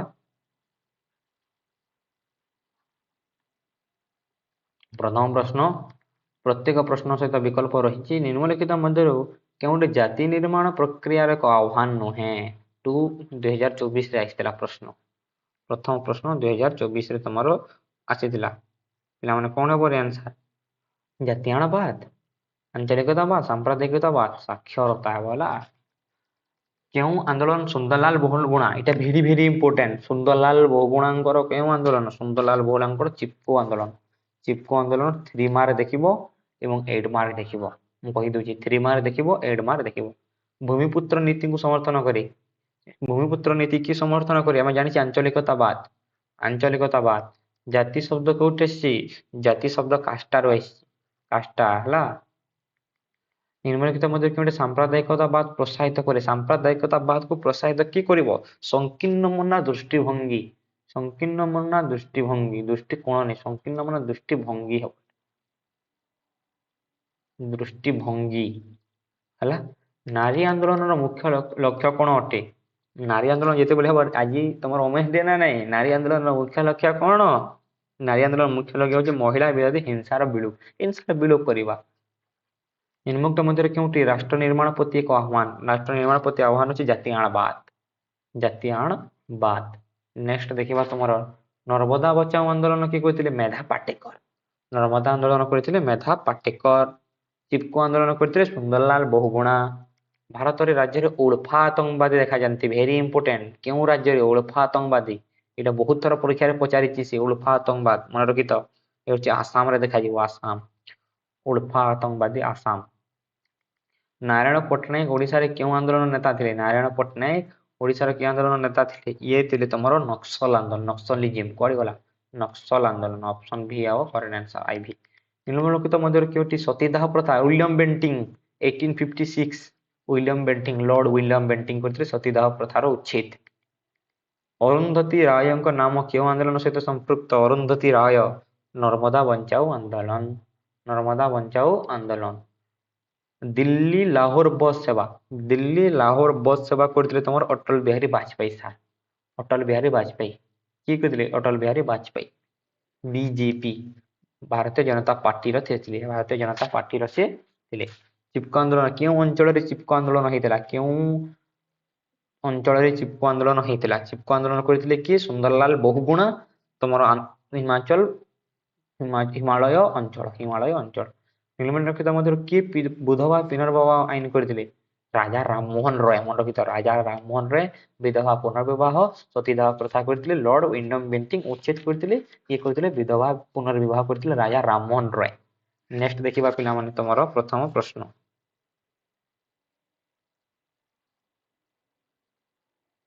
ଏତେ ପ୍ରଶ୍ନ ଆଲୋଚନା କଲା, 15ଟି ଆମେ ଆଲୋଚନା କରିଛି। ନେକ୍ସଟ ଦେଖିବା ତମର ପରବର୍ତ୍ତୀ ପ୍ରଶ୍ନ ତମର କଣ ଦେଇଛି ଦେଖିବା। ଇଂରେଜ ଶାସନ ସମୟରୁ ବିଭାଜନ ଶାସନ ନୀତି କାହା ଉପରେ ପ୍ରୟାସ ପାଇଁ ସାହାଯ୍ୟ କରୁଛି? ବିଭାଜନ ଶାସନ, ବିଭାଜନ ଶାସନ କଣ ହବ? ଏଟା 1 ନମ୍ବର କଣ ହବ? ସାମ୍ପ୍ରଦାୟିକତାବାଦ। କାହା ମତରେ ଭାରତରେ ଜାତି ଏକ ଗୁରୁତ୍ୱପୂର୍ଣ୍ଣ ରାଜନୈତିକ ଦଳ? କାହା ମତରେ ଭାରତରେ ଜାତି ଏକ ଗୁରୁତ୍ୱପୂର୍ଣ୍ଣ ରାଜନୈତିକ ଦଳ? କିଏ କହିଥିଲେ? ଜୟପ୍ରକାଶ ନାରାୟଣ। କେଉଁ ବିଚ୍ଛିନ୍ନତାବାଦ ଚରମ ରୂପ ଅଟେ? ବିଚ୍ଛିନ୍ନତାବାଦ କହିଲେ କଣ ତମର? ବିଚ୍ଛିନ୍ନତାବାଦ କହିଲେ ଆଞ୍ଚଳିକତାବାଦ ନା ନାଇଁ? ଆଞ୍ଚଳିକତାବାଦ ଓ ସାମ୍ପ୍ରଦାୟିକତାବାଦ କେଉଁଠି ଏକତା ପ୍ରତି ଏକ ବିପଦ ଅଟେ? ଏକତା ପ୍ରତି ବିପଦ ଅଟେ ହଉଛି ଜାତୀୟ ପ୍ରତି ବିପଦ ଅଟେ। ଏଇଟା ଗୋଟେ ଇଜି ପ୍ରଶ୍ନ। ଜାତିବାଦ ଏକ ଡ୍ୟାଶ, ଜାତିବାଦ ଏକ ଡ୍ୟାଶ। ଜାତିବାଦ ହଉଛି ସାମାଜିକ ମନ୍ଦା ବ୍ୟବସ୍ଥା, ଅଛି ଅପସନରେ ସାମାଜିକ ମନ୍ଦା ବ୍ୟବସ୍ଥା। କେଉଁ ମସିହାରେ ଗୋପନର ବେଗମ ନିଖିଳ ଭାରତ ମୁସଲିମ ମହିଳା ସମ୍ମିଳନୀ ଗଠନ କରିଥିଲେ? ଏଇଟା ଗୋଟେ ବଢିଆ ପ୍ରଶ୍ନଟେ। ଗୋପନର ବେଗମ ନିଖିଳ ଭାରତ ମୁସଲିମ ମହିଳା ସଂଗଠନ କରିଥିଲେ କେବେ? 57, 80, 5 ନା 16? 16 ହବ ଆନ୍ସର। ସରୋଜିନୀ ନାଇଡୁ ଭାରତର ବୁଲବୁଲ ଏବଂ ମାର୍ଗାରେଟଲ ଆନ୍ଦୋଳନ ଯୋଗୁଁ କେଉଁ ପ୍ରଦେଶରେ ପ୍ରଥମେ ମହିଳାମାନଙ୍କୁ ଭୋଟ ଅଧିକାର ପ୍ରଦାନ କରାଯାଇଥିଲା? ଭେରି ଇମ୍ପୋର୍ଟାଣ୍ଟ ପ୍ରଶ୍ନଟି ପଚାରିଛି ସେ। ମାନ୍ଦ୍ରାଜ। ମାନ୍ଦ୍ରାଜର ପରବର୍ତ୍ତୀ ନାମ କଣ ହେଲା? ତାମିଲନାଡୁ। ତାମିଲନାଡୁ ମନେ ରଖ, ଏଇଟା ବି ପରୀକ୍ଷାରେ ଆମେ ଆଲୋଚନା କଲାଣି। କେଉଁ ମସିହାରେ ପ୍ରଥମ ଯୌତୁକ ବିରୋଧ ଆଇନ ହେଇଥିଲା? ଯୌତୁକ ବିରୋଧ ଆଇନ 1961, 1961ରେ ତମର ହେଇଥିଲା। ଚିପକୋ ଆନ୍ଦୋଳନ ନେତୃତ୍ୱ ସୁନ୍ଦରଲାଲ ବହୁଗୁଣା, ଆମେ ଆଲୋଚନା କଲାଣି। ଭାରତୀୟ ଜାତୀୟ କଂଗ୍ରେସ, ଇଣ୍ଡିଆନ ନ୍ୟାସନାଲ କଂଗ୍ରେସ 1885 ପ୍ରତିଷ୍ଠା କରିଥିଲେ ଆଲାଙ୍ଗ ଅକ୍ଟାଭିୟମ ହ୍ୟୁମ କରିଥିଲେ ତମର କଣ? ପ୍ରତିଷ୍ଠାତା। ସଭାପତି ପଚାରିଛି, ସଭାପତି ଥିଲେ ଉମେଶ ଚନ୍ଦ୍ର ବାନାର୍ଜୀ। ନେକ୍ସଟ ଦେଖିବା ତମର ପରବର୍ତ୍ତୀ ପ୍ରଶ୍ନ। ନିମ୍ନଲିଖିତ ମଧ୍ୟରୁ କେଉଁଟି ଆଞ୍ଚଳିକତାବାଦର ଲକ୍ଷଣ ନୁହେଁ? ଆଞ୍ଚଳିକତାବାଦର ତମର କୋଉଟା ଲକ୍ଷଣ ନୁହେଁ ସେ ପଚାରିଛି? ଆଞ୍ଚଳିକତାବାଦର ଲକ୍ଷଣ ନୁହେଁ ତମର ଅଛି କ'ଣ ଧାର୍ମିକ ଆତଙ୍କବାଦ। ସାର ପ୍ରତିଷ୍ଠା ହେବା ସମୟରେ ଭାରତର ପ୍ରଧାନମନ୍ତ୍ରୀ କିଏ ଥିଲେ? ଭାରତର ପ୍ରଧାନମନ୍ତ୍ରୀ କିଏ ଥିଲେ ତମର? କୁହ ପିଲାମାନେ, ଭାରତର ପ୍ରଧାନମନ୍ତ୍ରୀ ସାର୍କ ଯେତେବେଳେ ହେଲା, ସେ ଇମ୍ପୋର୍ଟାଣ୍ଟ ସାର୍କ ଆସିଲେ ପିଲାମାନେ, ରାଜୀବ ଗାନ୍ଧୀ। ନିମ୍ନଲିଖିତ ମଧ୍ୟରୁ ଚିପକୋ ସହ ସମ୍ପୃକ୍ତ ସୁନ୍ଦରଲାଲ ବହୁଗୁଣା କେଉଁ ମହିଳା ଆୟୋଗ ଗଠିତ ହେଇଥିଲା? ଏଇଟା ହଉଛି 1992। ଏଇଟା ତ ଆଲୋଚନା କରିସାରିଛି, ଏଗୁଡାକ ଆମେ ଅଲରେଡି ଡିସ୍କସନ କଲାଣି। କେତେଟା ପ୍ରଶ୍ନ ଜାତି 1, ସରୋଜିନୀ ନାଇଡୁ, ମାନ୍ଦ୍ରାଜ, ହଁ ଏଇଟା ଏବେ ଆଲୋଚନା କରିବା। 8 ନମ୍ବର ପ୍ରଶ୍ନ ଆମେ ଆଲୋଚନା କରିବା ପିଲାମାନେ। 8 ନମ୍ବର ପ୍ରଶ୍ନ 1961 ଏଇଟା ବି କରିସାରିଛି। ଚିପକୋ ଆନ୍ଦୋଳନ, ସୁନ୍ଦରଲାଲ ବହୁଗୁଣା ଏଇଟା କରିସାରିଲା। ନର୍ମଦା ବଚାଓ, ମେଧା ପାଟେକର। ଭାରତ ଏକ ବହୁବାଦୀ ସମାଜ, ପ୍ଲୁରାଲିଷ୍ଟିକ ସୋସାଇଟି। ଏଇଥର ଆଞ୍ଚଳିକ ଜାତୀୟତା କ'ଣ ହେବା ଉଚିତ? କ'ଣ ହେବା ଉଚିତ ପିଲାମାନେ? 11 ନମ୍ବର ସହଯୋଗୀ ବା ପରିପୂରକ ହେବା ଉଚିତ ତମର। ନେକ୍ସଟ ଦେଖିବା, ନାସ୍ତିସୂଚକ ଅର୍ଥରେ ଆଞ୍ଚଳିକତାବାଦର ଅର୍ଥ ହେଉଛି ନାସ୍ତିସୂଚକ ଅର୍ଥରେ ନେଗେଟିଭ ଅର୍ଥ। ଦେଖିବା ଯେନ ନେଗେଟିଭ ଦେଖାଯାଇଥିବ, ସ୍ୱାର୍ଥ ଦେଖାଯାଇଥିବ, ନିଜ ଅଞ୍ଚଳ ପ୍ରତି ଅତ୍ୟଧିକ ଦୁର୍ବଳତା, ଏଇଟା ତ କେବେ ନୁହେଁ, ଏଇଟା ତ ଆଞ୍ଚଳିକତାବାଦ ଅଟେ।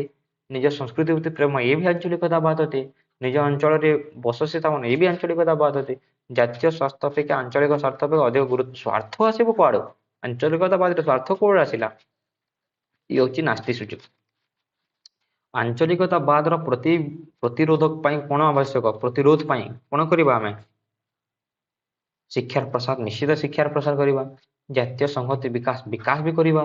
ଦ୍ରୁତ ଅର୍ଥନୈତିକ ଉନ୍ନତି ବି କରିବା। ଉପରୋକ୍ତ ସମସ୍ତ କରେଣ୍ଟ। ଜାତିବାଦକୁ କେଉଁ ଉପାୟରେ ପ୍ରତିରୋଧ କରାଯାଇ ପାରିବ? ଜାତିବାଦକୁ ଏ ହବ ଧର୍ମ ନିରପେକ୍ଷତାବାଦ ବା ଶିକ୍ଷାର ପ୍ରସାର। ଶିକ୍ଷାର ପ୍ରସାର ହେଲେ ଜାତିବାଦ କେବେ ହେବ ନାହିଁ। ସମାଜରେ ସାମ୍ପ୍ରଦାୟିକତାବାଦକୁ କିଏ ଉତ୍ସାହିତ କରୁଛି? ସାମ୍ପ୍ରଦାୟିକତାବାଦ କିଏ ଉତ୍ସାହିତ କରୁଛି? ତୁମର ଇତିହାସ ସାମ୍ପ୍ରଦାୟିକରଣ ନିଶ୍ଚିତ ଭାବରେ, ସାମ୍ପ୍ରଦାୟିକତା ରାଜନୀତି ତ ନିଶ୍ଚିତ ଭାବରେ ହେବ, ସାମ୍ପ୍ରଦାୟିକ ଚିନ୍ତାଧାରା ବି ଠିକ ଅଛି। ଉପରୋକ୍ତ ସମସ୍ତ। ନିମ୍ନୋକ୍ତ ମଧ୍ୟରୁ କେଉଁଠି ପରିବେଶ ଆନ୍ଦୋଳନର କେବଳ ମହିଳାମାନେ ଅଂଶଗ୍ରହଣ କରନ୍ତି? ମହିଳାମାନେ କେଉଁଠି ଅଂଶଗ୍ରହଣ କରିଥିଲେ? ବିଷ୍ଣୋଇ ଆନ୍ଦୋଳନ।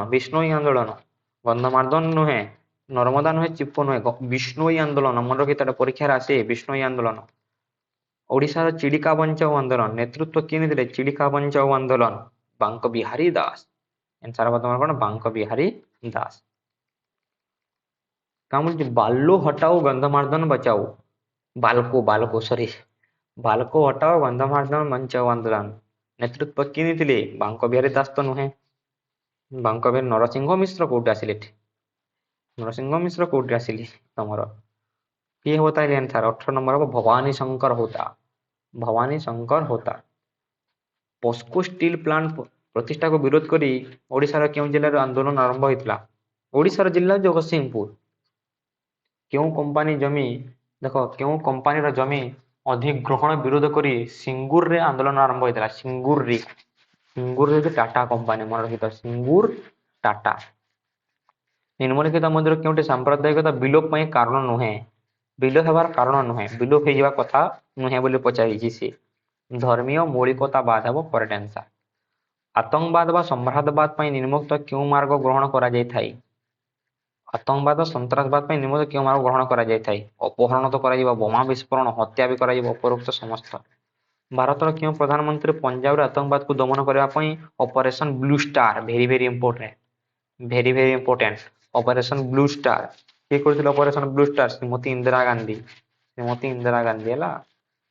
ନିମ୍ନୋକ୍ତ ମଧ୍ୟରୁ କେଉଁଟି ଜାତି ଗଠନର ପ୍ରତିବନ୍ଧକ ଅଟେ? ଜାତି ଗଠନର ପ୍ରତିବନ୍ଧକ ହଉଛି କ'ଣ? ଅର୍ଥନୈତିକ ବି ଅଟେ, ଗଠନ ପ୍ରତିବନ୍ଧକ, ଦାରିଦ୍ର୍ୟ ବି ଅଟେ, ଆତଙ୍କବାଦ ବି ଅଟେ। ଉପରୋକ୍ତ ସମସ୍ତ ହେବ କରେକ୍ଟ। ନିମ୍ନୋକ୍ତ ମଧ୍ୟରୁ କେଉଁଟି ଭାରତର ସାମ୍ପ୍ରଦାୟିକତାବାଦର କାରଣ ନୁହେଁ? ସାମ୍ପ୍ରଦାୟିକତାବାଦର କାରଣ ନୁହେଁ। ଧର୍ମୀୟ ମୌଳିକତା ଏଟା ସାମ୍ପ୍ରଦାୟିକତା କାରଣ ଅଟେ। ଧର୍ମ ନାମ ରାଜନୀତି ଏ ବି ଅଟେ। ସାମ୍ପ୍ରଦାୟିକ ପ୍ରଚାର ମାଧ୍ୟମ ଏ ବି ଅଟେ। କିନ୍ତୁ ଧର୍ମ ନିରପେକ୍ଷତା ତମର ନୁହେଁ। ଅପସନ ଆଇ ବି ହେବ ତମର କରେକ୍ଟ ଆନ୍ସର। ନେକ୍ସଟ ଦେଖିବା, ଖଲିସ୍ତାନ ଆନ୍ଦୋଳନରେ ନିମ୍ନୋକ୍ତ ମଧ୍ୟରୁ କେଉଁଟି ପ୍ରକାଶିତ ହୋଇଥିଲା? ଖଲିସ୍ତାନ ନିମ୍ନଲିଖିତ ପ୍ରକାଶିତ ହୋଇଥିଲା? ଆଞ୍ଚଳିକତାବାଦ, ସାମ୍ପ୍ରଦାୟିକତା, ଆତଙ୍କବାଦ ତ କେବେ ନୁହେଁ। ଖଲିସ୍ତାନରେ ଆତଙ୍କବାଦ କୋଉଠୁ ଆସିଲା? ସାମ୍ପ୍ରଦାୟିକତାବାଦ, ଆଞ୍ଚଳିକତା ଦୁଇଟା ଅଛି, ଦୁଇଟା ହେବ, ବୋଥ ଏ ଅର ବି ହେବ। ଉପରୋକ୍ତ ସମସ୍ତ କହିପାରିବା, ଏଟା ହେବ କ'ଣ? ଉପରୋକ୍ତ ସମସ୍ତ। ଜାତି ହେଉଛି ଜାତୀୟତା, ଯାହାକୁ ନିଜକୁ ଏକ ସ୍ୱାଧୀନ କିମ୍ବା ସ୍ୱାଧୀନତା କମି ରାଜନୈତିକ ସାମାଜିକ ରୂପେ ସଂଗଠନ କରିଛି। କିଏ କହିଥିଲେ ଏଇଟା? କିଏ କହିଥିଲେ? Lord Bryce. ଲର୍ଡ ବ୍ରାଇସ୍ ତମର କହିଥିଲେ। ନିମ୍ନଲିଖିତ ମଧ୍ୟରୁ କେଉଁଟି ଜାତୀୟତାବାଦ ଉପସ୍ଥାପନ ନୁହେଁ? ଉପସ୍ଥାପନ ନୁହେଁ ପଚାରିଛି। ଜାତିଆଣ ପ୍ରଥା। ହିନ୍ଦୁ ପରମ୍ପରା ଅନୁସାରେ ନିମ୍ନଲିଖିତ ମଧ୍ୟରୁ କେଉଁଟି ଚାରି ବର୍ଣ୍ଣର ଅନ୍ତର୍ଭୁକ୍ତ ନୁହେଁ? ଚାରି ବର୍ଣ୍ଣ କିଏ କିଏ? ଚାରି ବର୍ଣ୍ଣ ହେଉଛି ବ୍ରାହ୍ମଣ, କ୍ଷତ୍ରିୟ, ବୈଶ୍ୟ ଓ ଶୂଦ୍ର। ଏଇଟା କୋଉଠି ନାହିଁ ସେ ହେଇଥିବ। ବ୍ରାହ୍ମଣ ଅଛି, କ୍ଷତ୍ରିୟ ଅଛି, ବୈଶ୍ୟ। ଚାଣ୍ଡାଳ ତ ନୁହେଁ, ଏଟା ଏ ଜାଗାରେ ଶୂଦ୍ର ହେବା କଥା। ନେକ୍ସଟ ଦେଖିବା, ନିମ୍ନଲିଖିତ ଘଟଣା ମଧ୍ୟରୁ କେଉଁଟି ସାମ୍ପ୍ରଦାୟିକତାବାଦ ନୁହେଁ? ସାମ୍ପ୍ରଦାୟିକତା ଭେରି ଭେରି ଇମ୍ପୋର୍ଟାଣ୍ଟ। ନୁହେଁ, ଦେଖ ସାମ୍ପ୍ରଦାୟିକତାବାଦ ନୁହେଁ ପଚାରିଛି ସି। ଇଏ ହେଉଛି ସାମ୍ପ୍ରଦାୟିକ। 1840 ଶିଖ ବିରୋଧୀ ଦଙ୍ଗା, ଦଙ୍ଗା ଅଟେ। 1992 ବାବରି ମସଜିଦ ଭଙ୍ଗା, ଇଏ ବି ଅଟେ ସାମ୍ପ୍ରଦାୟିକତାବାଦ, ସାମ୍ପ୍ରଦାୟିକତାବାଦ ଅଟେ।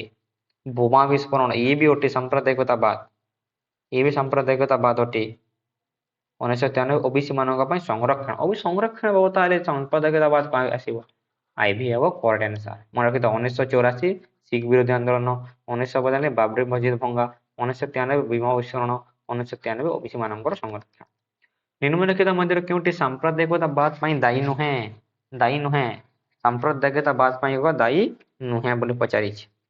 ବିକୃତ ମାନସିକତା, ସାମ୍ପ୍ରଦାୟିକତା ବିକୃତ ମାନସିକତା ମେଣ୍ଟାଲ ହେଲେ ତ ହେବ, ତୁଷ୍ଟିକରଣ ରାଜନୀତି ହେଲେ ହେବ, ଧର୍ମ ଭାଷାଗତ ବିବାଦ ହେଲେ ସାମ୍ପ୍ରଦାୟିକତା ଦାୟୀ ନୁହେଁ। ସମ୍ବିଧାନ କେଉଁ ଧାରାରେ ଆନ୍ତଃରାଜ୍ୟ ନଦୀ ଜଳ ବଣ୍ଟନ? କେତେ ଥର ଡିସ୍କସନ କରିଛି ଅନ୍ତଃରାଜ୍ୟ ନଦୀ ଜଳ ବଣ୍ଟନ? 262। ନିମ୍ନଲିଖିତ ମଧ୍ୟରୁ କେଉଁଟି ଆଞ୍ଚଳିକତାବାଦ ପାଇଁ ଦାୟୀ ନୁହେଁ? ଧର୍ମ ନିରପେକ୍ଷତା, ଧର୍ମ ନିରପେକ୍ଷତା। ନେକ୍ସଟ ଦେଖିବା, ତାମିଲ ଆତ୍ମାସୁ ବାହାଗମ କେଉଁ ରାଜ୍ୟର ଏକ ସଂଗଠନ? ତାମିଲ ଶବ୍ଦ ଶୁଭୁଛି, ତାମିଲ ଯେତେବେଳେ ଶୁଭିବ କଣ ହେବ? ତାମିଲ ଯେତେବେଳେ ଶୁଭିବ ମାନ୍ଦ୍ରାଜ, ମୁଁ କହିଛି ମାନ୍ଦ୍ରାଜ ପରବର୍ତ୍ତୀ ସମୟରେ ତାମିଲନାଡୁ ହେଇଛି, ତାମିଲନାଡୁ ହେଇଛି ହେଲା। ଭାରତର ବର୍ଣ୍ଣ ବ୍ୟବସ୍ଥା ବ୍ରାହ୍ମଣବାଦ ବୃଦ୍ଧି ହେଉଛି ବୋଲି କିଏ ଦୃଢ ମତ ପ୍ରଦାନ କରିଛନ୍ତି? କିଏ ଦୃଢ ମତ ପ୍ରଦାନ କରିଛନ୍ତି? କହ ପିଲାମାନେ। ୟୁରୋପୀୟ ପର୍ଯ୍ୟବେକ୍ଷକ ମାନେ, ଏଟା ହଉଛି ୟୁରୋପୀୟ ପର୍ଯ୍ୟବେକ୍ଷକ ମାନେ, ଫର ଲାଇକ ଦ୍ୟାଟ ୟୋର ଇଭନ ବଟୁତା ଆଲବେରୁନି ହେଲା। ନିମ୍ନଲିଖିତ ମଧ୍ୟରୁ କେଉଁଟି ଜାତୀୟତାବାଦର ଉପାଦାନ ନୁହେଁ? ଜାତୀୟତାବାଦର ଉପାଦାନ ନୁହେଁ। ପୌରାଣିକ ଗାଥା, ପୌରାଣିକ ଗାଥା। ଆତଙ୍କବାଦ ଏକ କି ପ୍ରକାର କାର୍ଯ୍ୟ ଅଟେ? ଆତଙ୍କବାଦ ଏକ କି ପ୍ରକାର କାର୍ଯ୍ୟ ଅଟେ? ଲକ୍ଷ୍ୟ ହାସଲ କାର୍ଯ୍ୟ ଅଟେ। ନେକ୍ସଟ ଦେଖିବା, ନିମ୍ନଲିଖିତ ମଧ୍ୟରୁ କେଉଁଟି ଭାରତର ଜାତୀୟତାବାଦ ବିକାଶର ଏକ କାରଣ ନୁହେଁ? କାରଣ ନୁହେଁ, ଇଏ ହେଉଛି କଣ? ଗାନ୍ଧିଜୀଙ୍କ ଅହିଂସା। ହିଂସା ନିମ୍ନଲିଖିତ ଜାତୀୟତା ବିକାଶ ପାଇଁ କାରଣ ନୁହେଁ। ଏଟା କାରଣ ଥୋଡେ ନା, ଗାନ୍ଧିଜୀ ଅହିଂସା ପାଇଁ ତ ବହୁତ ସାରା ହେଇଥିଲା। ନିମ୍ନଲିଖିତ ମଧ୍ୟରେ କେଉଁଟି ଭାରତ ଜାତି ଗଠନର ପ୍ରବନ୍ଧକ ନୁହେଁ? ଜାତି ଗଠନ ପାଇଁ ପ୍ରବନ୍ଧକ କଣ? ଦାରିଦ୍ର୍ୟତା ପ୍ରବନ୍ଧକ ଅଟେ, ସାମ୍ପ୍ରଦାୟିକତା ପ୍ରବନ୍ଧକ ଅଟେ, ନିରକ୍ଷରତା ବି ପ୍ରବନ୍ଧକ ଅଟେ, ସାମାଜିକ ନ୍ୟାୟ କେବେ ହେଲେ ହେବ ନାହିଁ। ଭୂମିପୁତ୍ର ତତ୍ତ୍ୱ ନିମ୍ନଲିଖିତ ମଧ୍ୟରୁ କେଉଁ ବାଦର ଏକ ନମୁନା? ଭୂମିପୁତ୍ର ଇମ୍ପୋର୍ଟାଣ୍ଟ, ଭୂମିପୁତ୍ର ଆଞ୍ଚଳିକତାବାଦ। ଭୂମି ଆସିଲେ ନା, ଭୂମି ହଉଛି ଗୋଟେ ଆଞ୍ଚଳିକ ଶବ୍ଦ, ଗୋଟେ ଆଞ୍ଚଳିକତାବାଦ ହେବ। ପଞ୍ଜାବରେ ଆତଙ୍କବାଦକୁ ଦମନ କରିବା ପାଇଁ 1984 ମସିହାରେ ପ୍ରଧାନମନ୍ତ୍ରୀ ଇନ୍ଦିରା ଗାନ୍ଧୀ କେଉଁ କାର୍ଯ୍ୟକ୍ରମ କରିଥିଲେ? ଏବେ ଦେଖିଲା ଆମେ, ଏବେ ଦେଖିଛେ operation blue star. Operation blue star ଦେଖିଲା ନା ନାଇଁ? 1984 ମନେ ରଖିଥ, operation blue star Indira Gandhi କରିଥିଲେ, ମନେ ରଖିଥ। ପଞ୍ଜାବରେ କରିଥିଲେ, ଏ ହଉଛି ଭେରି ଭେରି ଇମ୍ପୋର୍ଟାଣ୍ଟ। ପଞ୍ଜାବରେ ହେଇଥିଲା ତମର blue star, operation blue star. କିଏ କରିଥିଲେ? ଇନ୍ଦିରା ଗାନ୍ଧୀ କରିଥିଲେ। କେବେ କରିଥିଲେ? 1984। 2 mark question, 2 mark question operation blue star. ଦେଖିବା 42 ଦେଖିବା, ସାମ୍ରାଜ୍ୟବାଦ ସରକାର ପ୍ରତିଷ୍ଠିତ ନିମ୍ନଲିଖିତ ମଧ୍ୟରୁ କାହାର ପ୍ରତିକାର ଅଟେ? କାହାର ପ୍ରତିକାର ଅଟେ? ସାମ୍ପ୍ରଦାୟିକତାବାଦର ପ୍ରତିକାର ଅଟେ। 1983 ମସିହାରେ କିଏ ଜାତିକୁ ଏକ କଳା କାହାଣୀ ଭାବେ ଚିତ୍ରଣ କରିଥିଲେ? କଳା କାହାଣୀ ଭାବେ। ଏ ହେବ ତମର କଣ? Benedict Anderson, Benedict Anderson. ନିମ୍ନଲିଖିତ ମଧ୍ୟରୁ କେଉଁଟି ଜାତିର ସଂଜ୍ଞା ସହ ସମ୍ପୃକ୍ତ ନୁହେଁ? ପରାଧୀନତା, ପରାଧୀନତା। ନିମ୍ନଲିଖିତ ମଧ୍ୟରୁ କାହା ଉପରେ ଜାତି ଗୁରୁତ୍ୱ ପ୍ରଦାନ କରେ ନାହିଁ? ଜାତି ଗୁରୁତ୍ୱ ପ୍ରଦାନ କରିବ ନାହିଁ। ଜାତି କାହା ପାଇଁ ଗୁରୁତ୍ୱ ପ୍ରଦାନ କରିବ ନାହିଁ? ସମଭିତ୍ତିକ ପ୍ରତିଫଳନ ପାଇଁ କରିବ, ସାଧାରଣ ସ୍ୱରୂପ ପାଇଁ କରିବ, ସାଧାରଣ ଚେଷ୍ଟା କରି ନିରନ୍ତରତା ପାଇଁ କରିବ ନାହିଁ। ନିରନ୍ତରତା ନାହିଁ, ଏଟା ନିରକ୍ଷରତା ହେବ, ନିରକ୍ଷରତା ହେବ ହେଲା। ନିରନ୍ତରତା, ନିରକ୍ଷରତା। ଜାତି ଗଠନ ନିରନ୍ତର ଭାବେ କି ପ୍ରକ୍ରିୟା? କି ପ୍ରକ୍ରିୟା? ବିଚ୍ଛିନ୍ନତା ଚିନ୍ତାଧାରା, ବିଚ୍ଛିନ୍ନତା ଭାବଧାରା, ଚିନ୍ତାଧାରା, ତମେ ଯାହା କହିପାରିବ। ତମର ୟୁନିଟ 2 ଗଲା, ୟୁନିଟ 3 ଗଲା। एबे देखिबा यूनिट 4 हला एबे देखिबा कोन यूनिट 4 आमे देखिबा। चलो नेक्स्ट देखिबा तमर यूनिट 4 कोन देछि भारत पाकिस्तान मध्य कारगिल युद्ध क्यों मसिया रहितला कारगिल युद्ध 1999 कहा मध्य रहितला भारत और पाकिस्तान मध्य रहितला भारत पाकिस्तान कारगिल युद्ध भारत पाकिस्तान कारगिल युद्ध क्यों मसिया रे सार गठन कराइतला सार गठन देखिछे 1985 1985 निम्नलिखित मध्यरु केउं जनक भारतीय वैदेशिक नीति उपरे संपत्ति भावे परिचित किटा जवाहरलाल नेहरू हेबो करेक्ट आंसर निम्नलिखित मध्यरु केउंटी गोटिक सुरक्षा परिषद स्थायी सदस्य अटे कि सुरक्षा परिषदर स्थायी सदस्य इंपोर्टेंट किए अटे चाइना तुमर कोन ये हो चाइना हेबो ना ऑप्शन रे निम्नलिखित मध्यरु कोन गोटिक परिषद दायी सदस्य अटे कहबा चाइना हेबो ना नै लेखिबडा पते कहबो आंसर टा कमेंट रे करबो त पिला माने ए प्रश्न Japan Bharat Japan Brazil China रे जापान कोडे चाइना एटा पृथ्वीर केउं सहर रे जातिसंघर मुख्य कार्यालय अवस्थित जातिसंघर मुख्य होची कोन न्यूयॉर्क भारत पाकिस्तान मध्य कारगिल युद्ध 1999 भारत पाकिस्तान कारगिल युद्ध इंपोर्टेंट परीक्षा रे पचारे सार 1985 सिमला राजीनामा किति इजी प्रश्न गुडा को पचारे 1972 प्रधानमंत्री लाहौर घोषणानामा क्यों प्रधानमंत्री लाहौर घोषणानामा करथिले अटल बिहारी वाजपेयी निम्नलिखित मध्यरु केउं गोटिक वैदेशिक नीतिर मौलिक वैशिष्ट्य नुहे होची कोन साम्राज्य अटे शांतिपूर्ण अटे गोष्ठी शीतल युद्ध क्यों मसिया रे पंचशील नीति हेतला 1954 भारत चीन भारत चीन भारत चीन जवाहरलाल नेहरू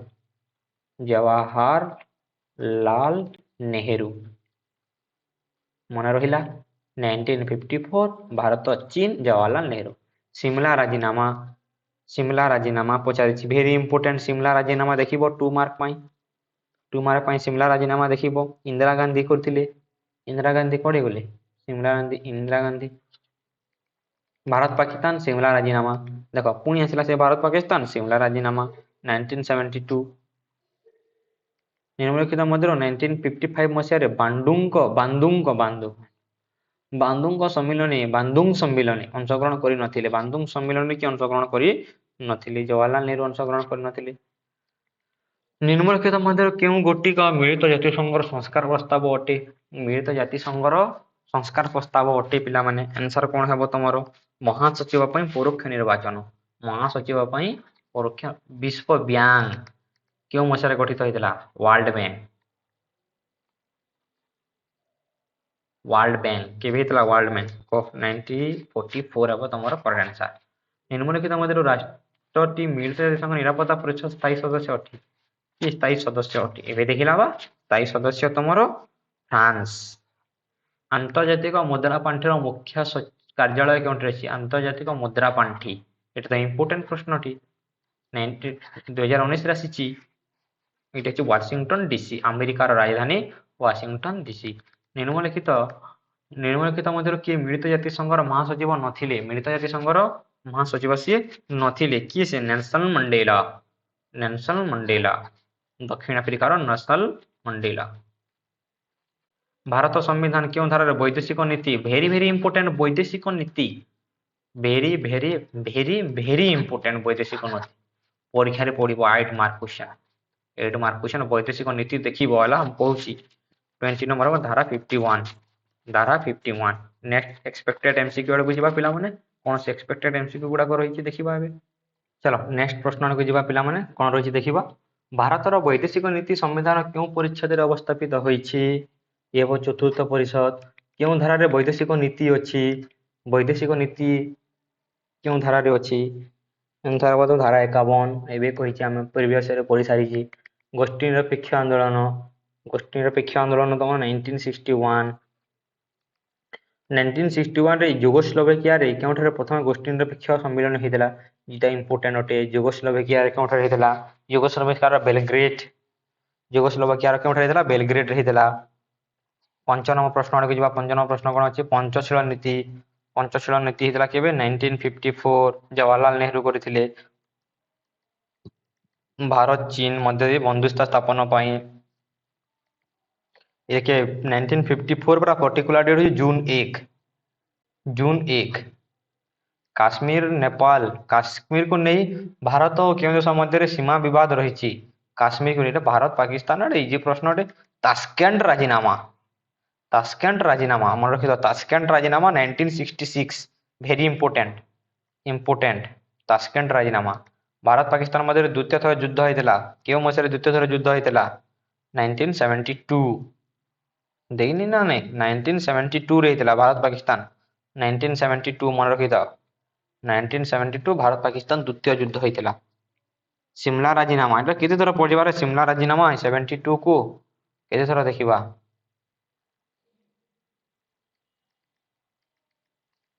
କାହା ମଧ୍ୟରେ ସିମଲା ରାଜିନାମା ହେଇଥିଲା? କାହା ମଧ୍ୟରେ ସିମଲା ଏଇଟା ବି ତ ଦେଖିଲାଣି କେତେ ଥର ଦେଖିବା ସେ ସିମଲା ରାଜିନାମା ଭାରତ ପାକିସ୍ତାନ ସିମଲା ରାଜିନାମା କେଉଁ ଭାରତ ସିମଲା ରାଜିନାମା ସମୟରେ ଏଟା ବି ତ ଦେଖି ସାରିଛେ ନା ସିମଲା ରାଜିନାମା ପ୍ରିଭିୟସରେ ଆସିଛି ଇନ୍ଦିରା ଗାନ୍ଧୀ ସିମଲା ରାଜିନାମା ଇନ୍ଦିରା ଗାନ୍ଧୀ କାର୍ଗିଲ ଯୁଦ୍ଧ 1999 ପଞ୍ଚଶୀଳ ଆଧାର ନିମ୍ନୋକ୍ତ କେଉଁ ଦେଶ ସହିତ ଭାରତ ସମ୍ପର୍କ ଏଟା ପଞ୍ଚଶୀଳ ଚୀନ 1954 ଜୁନ 1 ଭାରତର କେଉଁ ପ୍ରଧାନମନ୍ତ୍ରୀ ଦିଲ୍ଲୀରୁ ଲାହୋର ପର୍ଯ୍ୟନ୍ତ ବସରେ ଯାତ୍ରା କରିଥିଲେ? ଦିଲ୍ଲୀରୁ ଲାହୋର ପର୍ଯ୍ୟନ୍ତ କିଏ କରିଥିଲେ? ଅଟଳ ବିହାରୀ ବାଜପେୟୀ ମ୍ୟାକମୋହନ ରେଖା ଭେରି ଇମ୍ପୋର୍ଟାଣ୍ଟ ମନେ ରଖିଥ ମ୍ୟାକମୋହନ ପଡେ ରେଡ୍ କ୍ଲିଫ୍ ମ୍ୟାକମୋହନ ଏଟା ଦେଖିବ ଭାରତ ଚୀନ ହଉଛି ମ୍ୟାକମୋହନ ଲାହୋର ଘୋଷଣାନାମା କଣ 1999 ହଉଛି ଲାହୋର ଘୋଷଣାନାମା।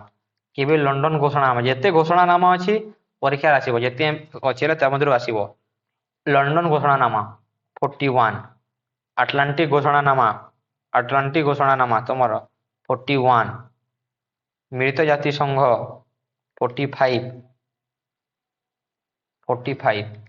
ମସ୍କୋ ଘୋଷଣାନାମା ରୁଷିଆର ରାଜଧାନୀ ହଉଛି ମସ୍କୋ ଘୋଷଣାନାମା 1943 ଡ୍ୟାମ୍ବରଟନ ଓକ୍ସ ଆଲୋଚନା 1944 ୟାଲ୍ଟା ସମ୍ମିଳନୀ ଇଏ ମଧ୍ୟ ଇମ୍ପୋର୍ଟାଣ୍ଟ ୟାଲ୍ଟା ସମ୍ମିଳନୀ 1945 ନିମ୍ନୋକ୍ତ ମଧ୍ୟରୁ କିଏ ଭାରତ ଜାତିସଂଘ ସମ୍ମିଳନୀରେ ସ୍ୱାକ୍ଷର କରିଥିଲେ? କିଏ ସ୍ୱାକ୍ଷର କରିଥିଲେ? ଆର୍କଟ ରାମସ୍ୱାମୀ ମୁଦାଳିୟର ସାନ୍ ଫ୍ରାନ୍ସିସ୍କୋ ସମ୍ମିଳନୀ এটা ବି ଇମ୍ପୋର୍ଟାଣ୍ଟ ସାନ୍ ଫ୍ରାନ୍ସିସ୍କୋ ସମ୍ମିଳନୀ 1945 ହଉଛି ସାନ୍ ଫ୍ରାନ୍ସିସ୍କୋ 2015 ମସିହା ସୁଦ୍ଧା ପୃଥିବୀରେ ନିମ୍ନୋକ୍ତ କେତୋଟି ଦେଶ ଜାତିସଂଘର ସଦସ୍ୟ ଅଛନ୍ତି? 26 ହେବ ତମର 193 ସମ୍ପୃକ୍ତ ଜାତିସଂଘକୁ କେତେ ବର୍ଷର ନୋବେଲ ଶାନ୍ତି ପୁରସ୍କାର ପ୍ରଦାନ କରାଯାଇଛି? 27 କଣ ହେବ? 1988 ହେବ କରେକ୍ଟ ଆନ୍ସର। ସାନ୍ ଫ୍ରାନ୍ସିସ୍କୋ ସମ୍ମିଳନୀ କେତୋଟି ରାଷ୍ଟ୍ର ପ୍ରତିନିଧି କରିଥିଲେ? ସାନ୍ ଫ୍ରାନ୍ସିସ୍କୋ 2 ମାର୍କ ପାଇଁ ଇମ୍ପୋର୍ଟାଣ୍ଟ ମନେ ରଖିଥ କେତେ ହେବ? 28 ହେବ ତମର 51। ନିମ୍ନଲିଖିତ ତାରିଖ ମାନଙ୍କ ମଧ୍ୟରୁ ମିଳିତ ଜାତିସଂଘର ଦିବସ ରୂପେ କେବେ ପାଳନ କରାଯାଏ? ମିଳିତ ଜାତିସଂଘ ଇଏ ହଉଛି 1941 29 କଣ 29 ଅକ୍ଟୋବର 24 ସଂଯୁକ୍ତ ରାଷ୍ଟ୍ରଙ୍କ ମୁଖ୍ୟ କାର୍ଯ୍ୟାଳୟରେ କେଉଁଠାରେ ଅବସ୍ଥିତ? 30 ନମ୍ବର କୁହ କେଉଁଠାରେ ଅବସ୍ଥିତ? ଇଏ ହଉଛି ନ୍ୟୁୟର୍କରେ ଅବସ୍ଥିତ। ନିରାପତ୍ତା ପରିଷଦ କେତୋଟି ରାଷ୍ଟ୍ର ସଦସ୍ୟମାନେ ଅଛନ୍ତି? ନିରାପତ୍ତା ପରିଷଦରେ 5ଟି 32 ଦେଖିବା ନିରାପତ୍ତା ପରିଷଦରେ କେତୋଟି ରାଷ୍ଟ୍ର ଅସ୍ଥାୟୀ ସଦସ୍ୟ ଅଛନ୍ତି? ସ୍ଥାୟୀ ସଦସ୍ୟ ଅସ୍ଥାୟୀ ସଦସ୍ୟ କଣ ହବ? ସ୍ଥାୟୀ ସଦସ୍ୟ ଅଛନ୍ତି ତମର 5ଟି ଅସ୍ଥାୟୀ ଅଛନ୍ତି 10ଟି 5 ଦୁଗୁଣେ 10। ନିରାପତ୍ତା ପରିଷଦ ଅସ୍ଥାୟୀ ସଦସ୍ୟ କେତେ ବର୍ଷ ପାଇଁ ଥାନ୍ତି? ଅସ୍ଥାୟୀ ସଦସ୍ୟ 10 ଜଣ ଯେଉଁ ଅଛନ୍ତି 2 ବର୍ଷ ପାଇଁ। ଆନ୍ତର୍ଜାତିକ ନ୍ୟାୟାଳୟରେ କେତେ ଜଣ ବିଚାରପତି ଥାନ୍ତି? ଆନ୍ତର୍ଜାତିକ ନ୍ୟାୟାଳୟରେ କେତେ ଜଣ ବିଚାରପତି ଥାନ୍ତି? 15 ଜଣ ବିଚାରପତି ଥାନ୍ତି। ଆନ୍ତର୍ଜାତିକ ନ୍ୟାୟାଳୟରେ ବିଚାରପତି ମାନଙ୍କର କାର୍ଯ୍ୟକାଳ କେତେ ବର୍ଷ? এই କାର୍ଯ୍ୟକାଳ ହଉଛି କେତେ ବର୍ଷ? ଏତ କଣ 9 ବର୍ଷ କାର୍ଯ୍ୟକାଳ ମନେ ରଖିଥ 9 ବର୍ଷ 5 ବର୍ଷ ବାହାରିଦେଲେ ଭୁଲ ହେଇପାରିବ 9 ବର୍ଷ। ଆନ୍ତର୍ଜାତିକ ନ୍ୟାୟାଳୟର ମୁଖ୍ୟ କାର୍ଯ୍ୟାଳୟ କେଉଁଠାରେ ଅଛି?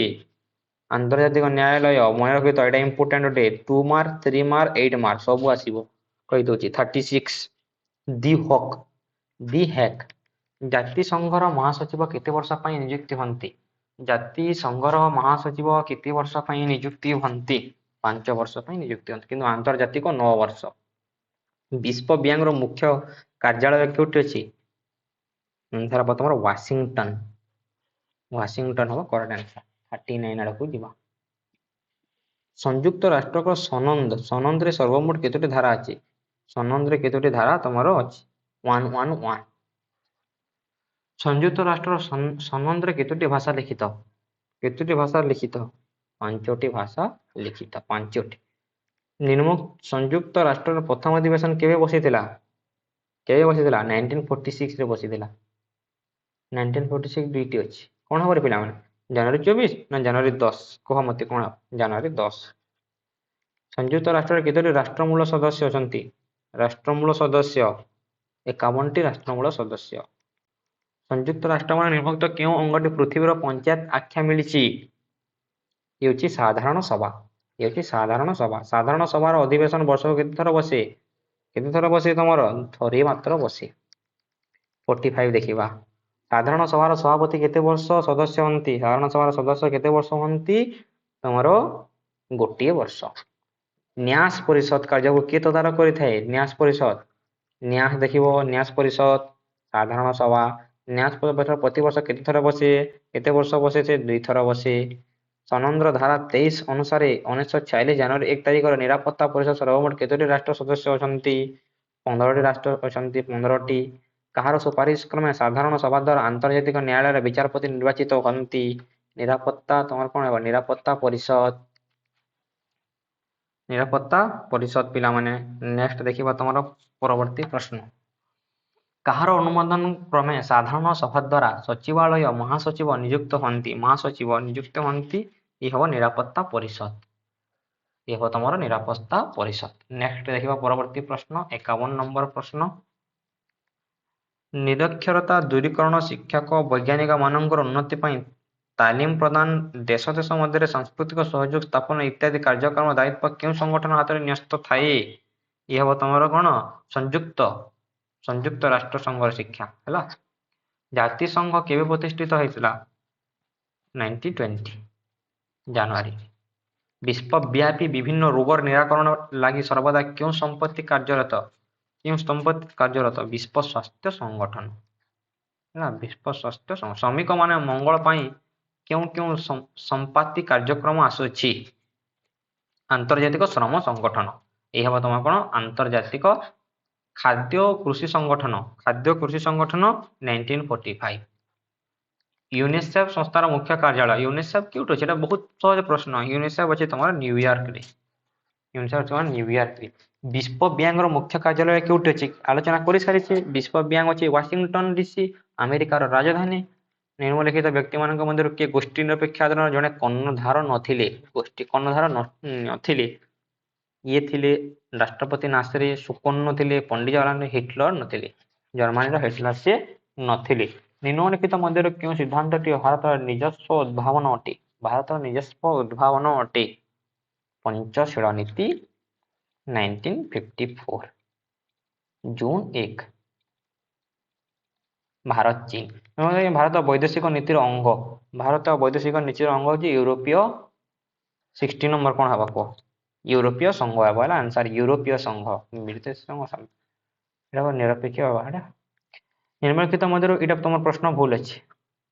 ନିମ୍ନଲିଖିତ ମଧ୍ୟରେ କିଏ ଗୋଷ୍ଠୀ ନିରପେକ୍ଷ ଆନ୍ଦୋଳନର ପ୍ରତିଷ୍ଠାତା ସଦସ୍ୟ ନଥିଲେ? କିଏ ସଦସ୍ୟ ନଥିଲେ? ନେଲସନ ମଣ୍ଡେଲା, ଜବାହରଲାଲ ନେହେରୁ, ରାଷ୍ଟ୍ରପତି ନାସିର ନା ରାଷ୍ଟ୍ରପତି ସୁକର୍ଣ୍ଣ? କିଏ ହବ ଆନ୍ସର? କିଏ ଆନ୍ସର? ଏଇଟା ବି ତମର ଗୋଷ୍ଠୀ ନିରପେକ୍ଷ ଆନ୍ଦୋଳନ ସଦସ୍ୟ ନଥିଲେ। କିଏ ସଦସ୍ୟ? ଏ ସମସ୍ତେ ସଦସ୍ୟ ଥିଲେ। କିଏ ସଦସ୍ୟ ନଥିଲେ ତମର? Churchill, Winston Churchill. ନିମ୍ନୋକ୍ତ ମଧ୍ୟରେ କେଉଁଟା ପଞ୍ଚଶୀଳ ନୀତିର ଅଂଶ ନୁହେଁ? ପଞ୍ଚଶୀଳ ନୀତିର ଅଂଶ ନୁହେଁ। ଏଇଟା କଣ ହବ ପିଲାମାନେ? ଏଇଟା ହେଉଛି ସୁବିଧାବାଦୀ ମେଣ୍ଟ ହେବ ହେଲା ଆନ୍ସର।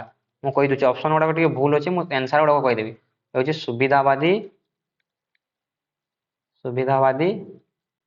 ସୁବିଧାବାଦୀ କଣ ମେଣ୍ଟ ହେବ କରେକ୍ଟ ଆନ୍ସର।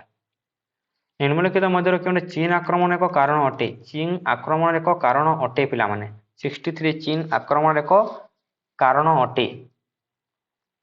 କୁହ ପିଲାମାନେ, ଚୀନ ଆକ୍ରମଣର କାରଣ ଅଟେ? ये हम तुम अर्थनैतिक कारण हम चीन आक्रमण कारण। भारत केवे मिलित जातिसंघर सदस्य है? मिलित जातिसंघर सदस्य केवे है सी 1945 हम करेक्ट आंसर। भारत क्यों मसीह वायुसेना उल्लंघन अभियोग में पाकिस्तान क्यों व्यक्ति विरोध में आंतर्जातिक न्यायालय साहाय्य नहीं था? गोटे इंपोर्टेंट प्रश्न। 65 हम 1938। 65 केते हम 1938 पिला गोटे मिनिट रुह। तुमर यार आंसर हम पिला माने 65 1938 मन रख 1938 ऑप्शन भूल अछि। आंसर हम तुमर कोन 1938 मन रख। 1961 मसीह गोष्ठी निरपेक्ष आंदोलन प्रथम सम्मेलन केउठा अनुष्ठित होइथिला? केउठा अनुष्ठित होइथिला रे पिला माने? 66 केउठा होइथिला तुमर? ए हेबो तुमर तुमर कोन हेबो? 66 पिला माने गोटे मिनिट। 66 रो आंसर कोन हेबो मते को? तुमर 66 रो आंसर हेबो बेलग्रेड। बेलग्रेड हेबो तुमर करेक्ट आंसर। बेलग्रेड हेबो करेक्ट आंसर। भारतर न्यायमूर्ति आंतर्जातिक न्यायालयर सभापति किए थिले? एहार सभापति थिले नगेंद्र।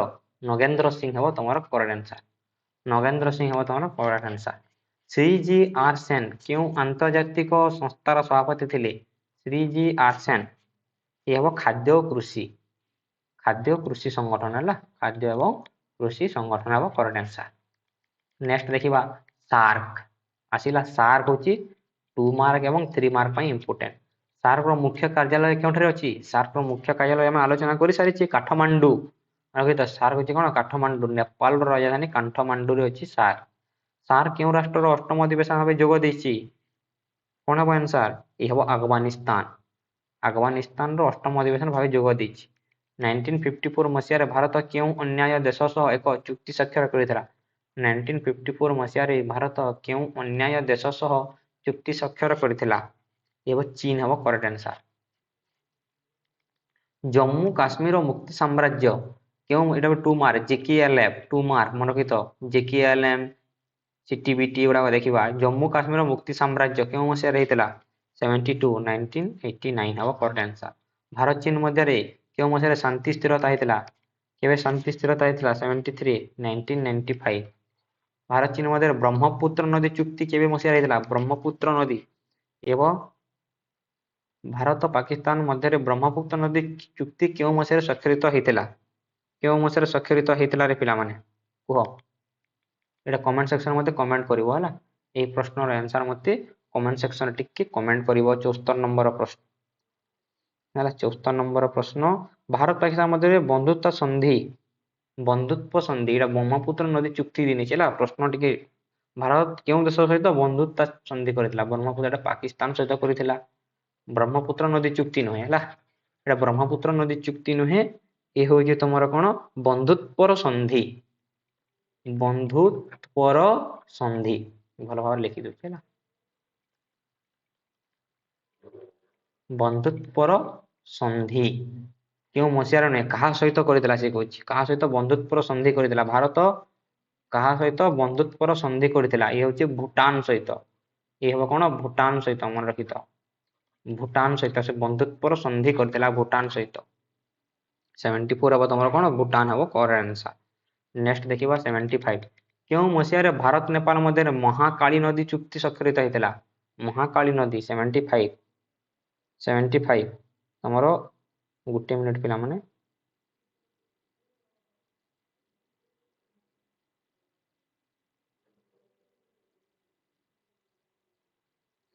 एटा भूल अछि प्रश्न। ए प्रश्नटा भूल अछि। मो प्रश्न कहि दउछि देखो। प्रश्न होछि केउ मसिया रे भारत म्यांमार मध्य भारत म्यांमार बंधुत्व सड़क निर्माण कराइथिला? नगे तो भारत म्यांमार ए भूल अछि। भारत नेपाल देखि भूल अछि प्रश्न संपूर्ण भूल अछि। भारत म्यांमार मु कहूछि भारत ओ म्यांमार। भारत ओ म्यांमार से कहछि कोन? भारत म्यांमार बंधुत्व सड़क निर्मित हेतला। केबे बंधुत्व सड़क बंधुता सड़क बंधुता सड़क निर्मित हेतला। निर्मित हेतला एटा हबो तमरो प्रश्न। एटा हबो 2001 हबो तमरो करेक्ट आंसर। 2001 हबो तमरो करेक्ट आंसर बुझेला। तबे 76 देखिबा राष्ट्रदूत अवदान। भारत चीन मध्य प्रत्यक्ष विमान चलाचल आरंभ होय। ए होछि कोन? भारत चीन मध्य रे राष्ट्रदूत आदान प्रदान। ରାଷ୍ଟ୍ରଦୂତ ଆଦାନ ପ୍ରଦାନ, ରାଷ୍ଟ୍ରଦୂତ ଆଦାନ ପ୍ରଦାନ, এটা হচ্ছে রাষ্ট্রদূত আদান প্রদান ହେଲା 76 কোন হবে आंसर রাষ্ট্রদূত আদান প্রদান 1976 ହେଲା ରାଷ୍ଟ୍ରଦୂତ ଆଦାନ ପ୍ରଦାନ ଭାରତ ଚୀନ ମଧ୍ୟରେ ହେଲା। ନିରାପତ୍ତା ପରିବେଶ ଏଟା ବି ପ୍ରଶ୍ନ ଭୁଲ ଅଛି 77 ଅଛି ମିଳିତ ଜାତିସଂଘ ସାଧାରଣ ସଭା ପ୍ରତ୍ୟେକ ସଭ୍ୟ ରାଷ୍ଟ୍ର କେତେ ଜଣ ପ୍ରତିନିଧି କରନ୍ତି?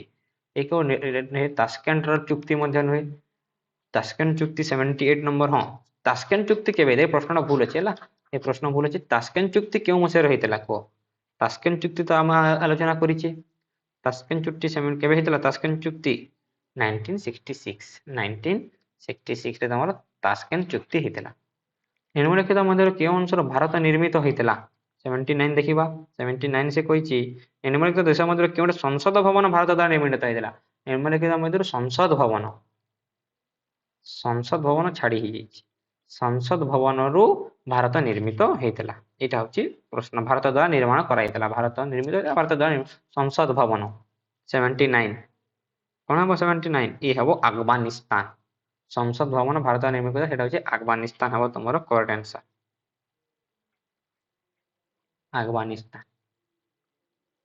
ଆଫଗାନିସ୍ତାନ ହବ ତମର କରେକ୍ଟ ଆନ୍ସର। 80 ନମ୍ବର ପ୍ରଶ୍ନ ଦେଖିବା, 80 ନମ୍ବର ପ୍ରଶ୍ନ ଅଛି କଣ ତମର? ସେ କହିଛି 1971 ରେ ଭାରତ ସୋଭିଏତ ସଂଘ ଶାନ୍ତି ଓ ବନ୍ଧୁତ୍ୱ 1971 ରେ କଣ ହେଇଥିଲା? ଶାନ୍ତି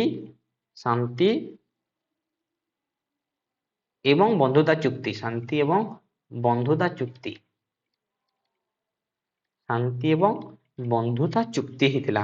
କାହା ସହିତ ହେଇଥିଲା ଶାନ୍ତି ଏବଂ ବନ୍ଧୁତା ଚୁକ୍ତି?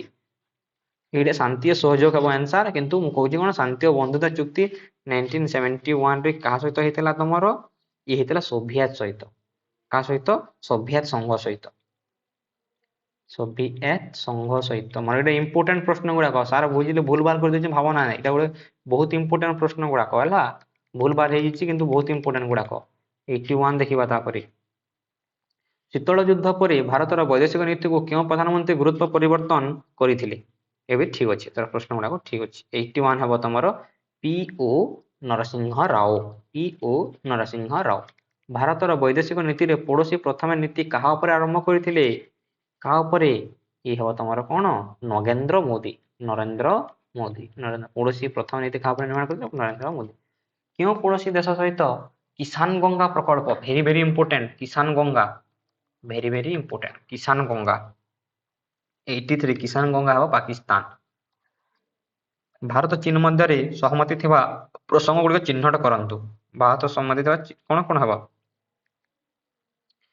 ହଂକଂର ବିକାଶରେ ଚୀନକୁ ସମର୍ଥନ, ଇଏ ହଉଛି ଠିକ ଅଛି, ଏଇଟା ବି ଠିକ ଅଛି ରେ, ଚିହ୍ନଟ କରନ୍ତୁ। ଭିଏତନାମ ଦ୍ୱାରା ଜଳବାୟୁ ପରିବର୍ତ୍ତନ ହବ, ଅପସନ ସି ହବ କରେକ୍ଟ ଆନ୍ସର ହେଲା, ଜଳବାୟୁ ପରିବର୍ତ୍ତନ ହବ ଠିକ ଆନ୍ସର।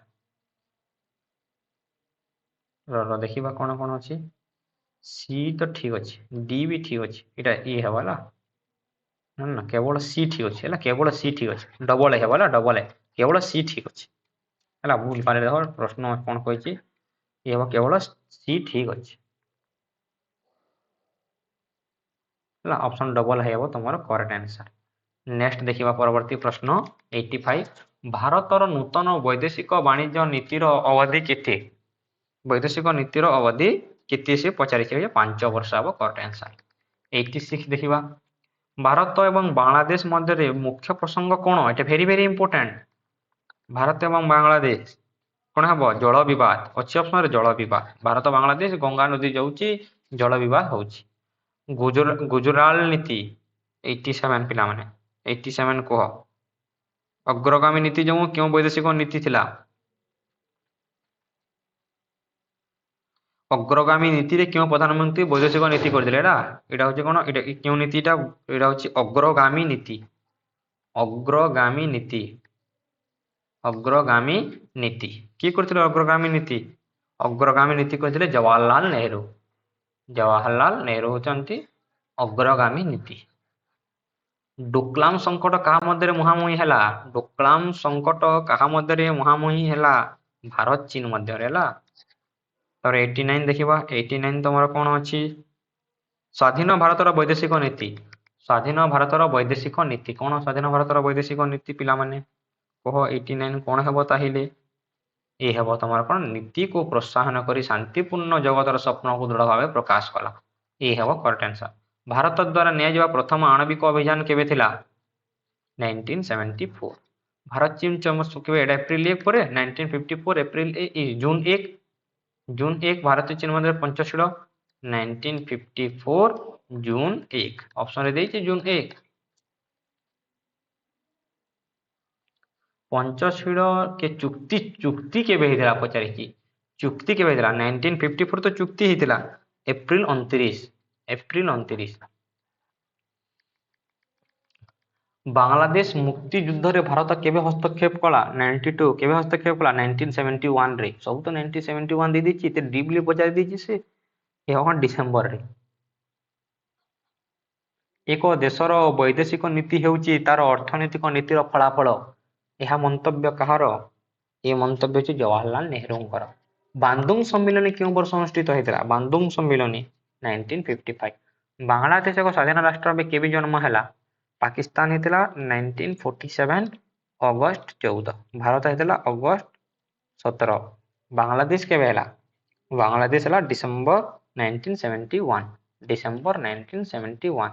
ଚୀନ ଭାରତ ଉପରେ କେବେ ଆକ୍ରମଣ କଲା? ଚୀନ ଭାରତ ଆକ୍ରମଣ ଅକ୍ଟୋବର 1962। ନେହେରୁଙ୍କ ପରେ ଚୀନ ଗସ୍ତରେ ଯାଇଥିବା ପ୍ରଥମ ପ୍ରଧାନମନ୍ତ୍ରୀ ହେଲେ? ନେହେରୁଙ୍କ ପରେ କିଏ ଯାଇଥିଲା ଚୀନକୁ? ରାଜୀବ ଗାନ୍ଧୀ। ନେକ୍ସଟ ଦେଖିବା ପରବର୍ତ୍ତୀ ପ୍ରଶ୍ନ। ଭାରତୀୟ ସମ୍ବିଧାନ ଧାରା 51 ଏତେ ବହୁତ ଥର ଆଲୋଚନା କଲାଣି। এই 51 ଟା ବହୁତ ଥର ଆଲୋଚନା କଲାଣି, ମୁଁ ଆଲୋଚନା କରିବିନି। ଆନ୍ତର୍ଜାତିକ ଶାନ୍ତି ପାଇଁ ଏଇଟା, ଆନ୍ତର୍ଜାତିକ ଶାନ୍ତି ପାଇଁ। ନାମର ପ୍ରଥମ ଶିଖର ସମ୍ମିଳନୀ କେଉଁଠାରେ ଅନୁଷ୍ଠିତ ହେଲା? ନାମର ପ୍ରଥମ ଶିଖର ସମ୍ମିଳନୀ ଇଏ ହେଉଛି ତମର କ'ଣ? ବେଲଗ୍ରେଡ।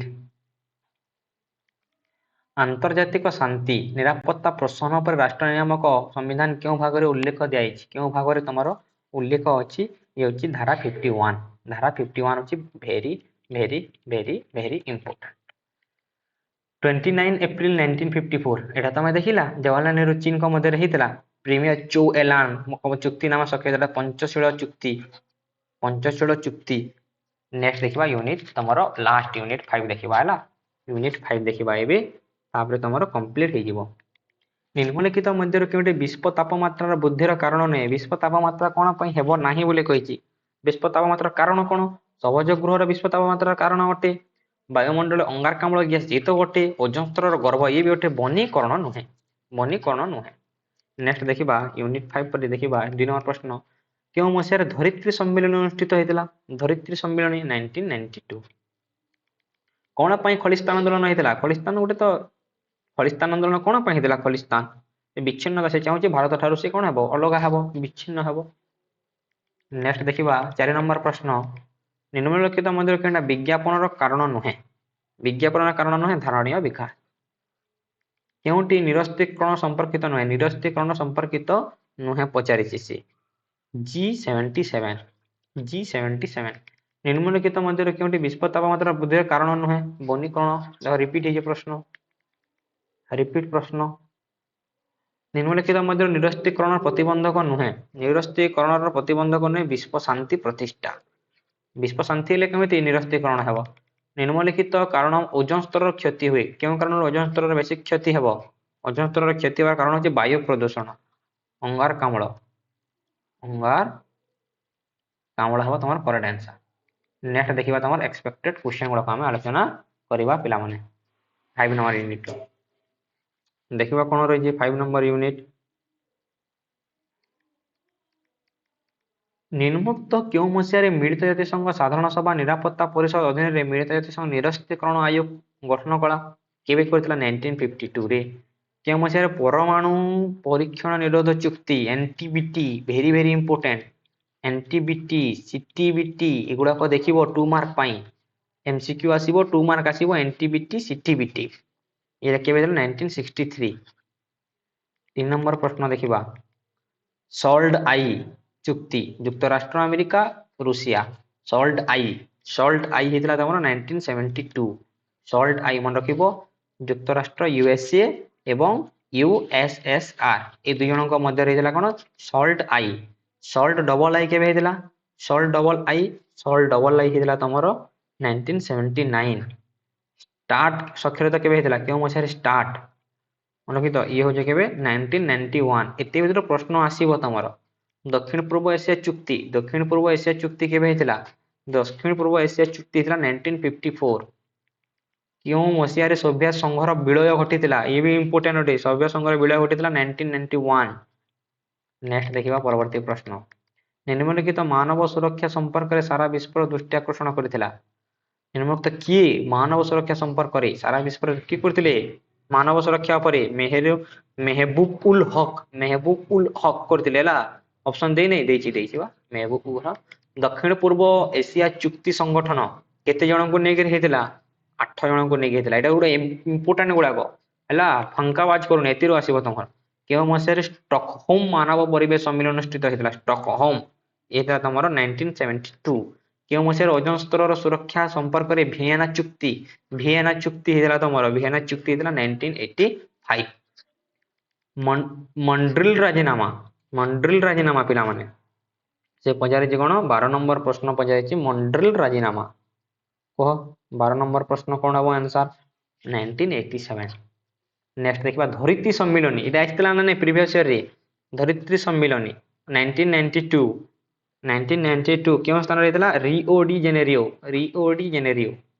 नेक्स्ट देखिबा 1979 अफगानिस्तान केउ देशर सामरिक हस्तक्षेप देखबो मिलिथिला सोभियत रूस यूएसएसआर सान साल्वेडर केउ देशर राजधानी सान साल्वेडर केउ देशर राजधानी एल साल्वेडर केबे मिखाइल गोर्बाचेव सोभियत पॉलिब्यूरोर साधारण संपादक पद अलंकृत करथिले आंसर हो 1985 केउ मसियार जातिसंघ निरस्तीकरण हेतला ओपारा मिश्रित आयोग करा हेतला एवं 19 केबे रे 1921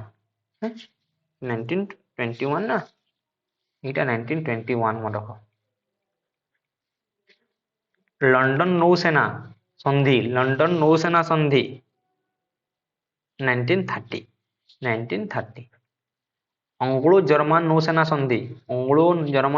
संधि 1935 अच्छी ऑप्शन रे 1935 मिलित जातिसंघ परमाणु शक्ति आयोग केबे गठित करा हेतला 1947 भारत एबे स्वाधीन हेतला खोला आकाश योजना क्यों सम्मेलन रे हेतला खोला आकाश योजना जेनेवा शिखर सम्मेलनी परमाणु अप्रसार संधि एनपीटी इंपोर्टेंट 1970 ऑप्शन रे देइतो ना 1970 निम्नलिखित मध्यरु केउटी प्राकृतिक संपद नुहे प्राकृत वायु तो अटे प्राकृतिक काठ बाड़ी नुहे ना व्यापक परमाणु परीक्षण निषेध संधि सीटीबीटी ए कहउतली ना 2 मार्क पई इंपोर्टेंट सीटीबीटी केउ मसिया रे हेतला सीटीबीटी 1996 सीटीबीटी रे स्वाक्षर करथिले के स्वाक्षर करथिला सीटीबीटी कोहा मते सीटीबीटी के स्वाक्षर करथिला USA United State of America विश्व एड्स दिवस डिसेंबर 1 होचे विश्व एड्स दिवस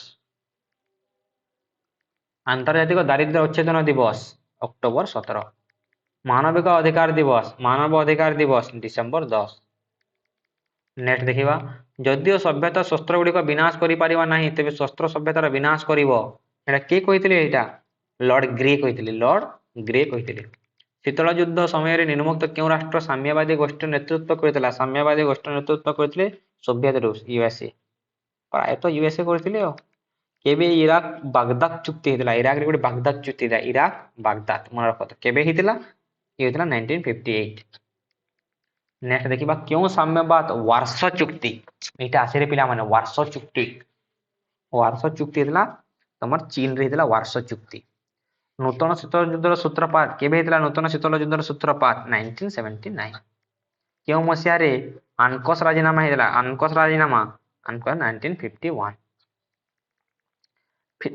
तमर 35 देखिबा उत्तर अटलांटिक चुक्ति संगठन पश्चिम जर्मनी केबे जोग करतला देखु जे केते डी प्रश्न 1955 होला 1955 किए आनक्रस सभ्य नथिले किए सभ्य नथिले ତମର ନେଦରଲ୍ୟାଣ୍ଡ।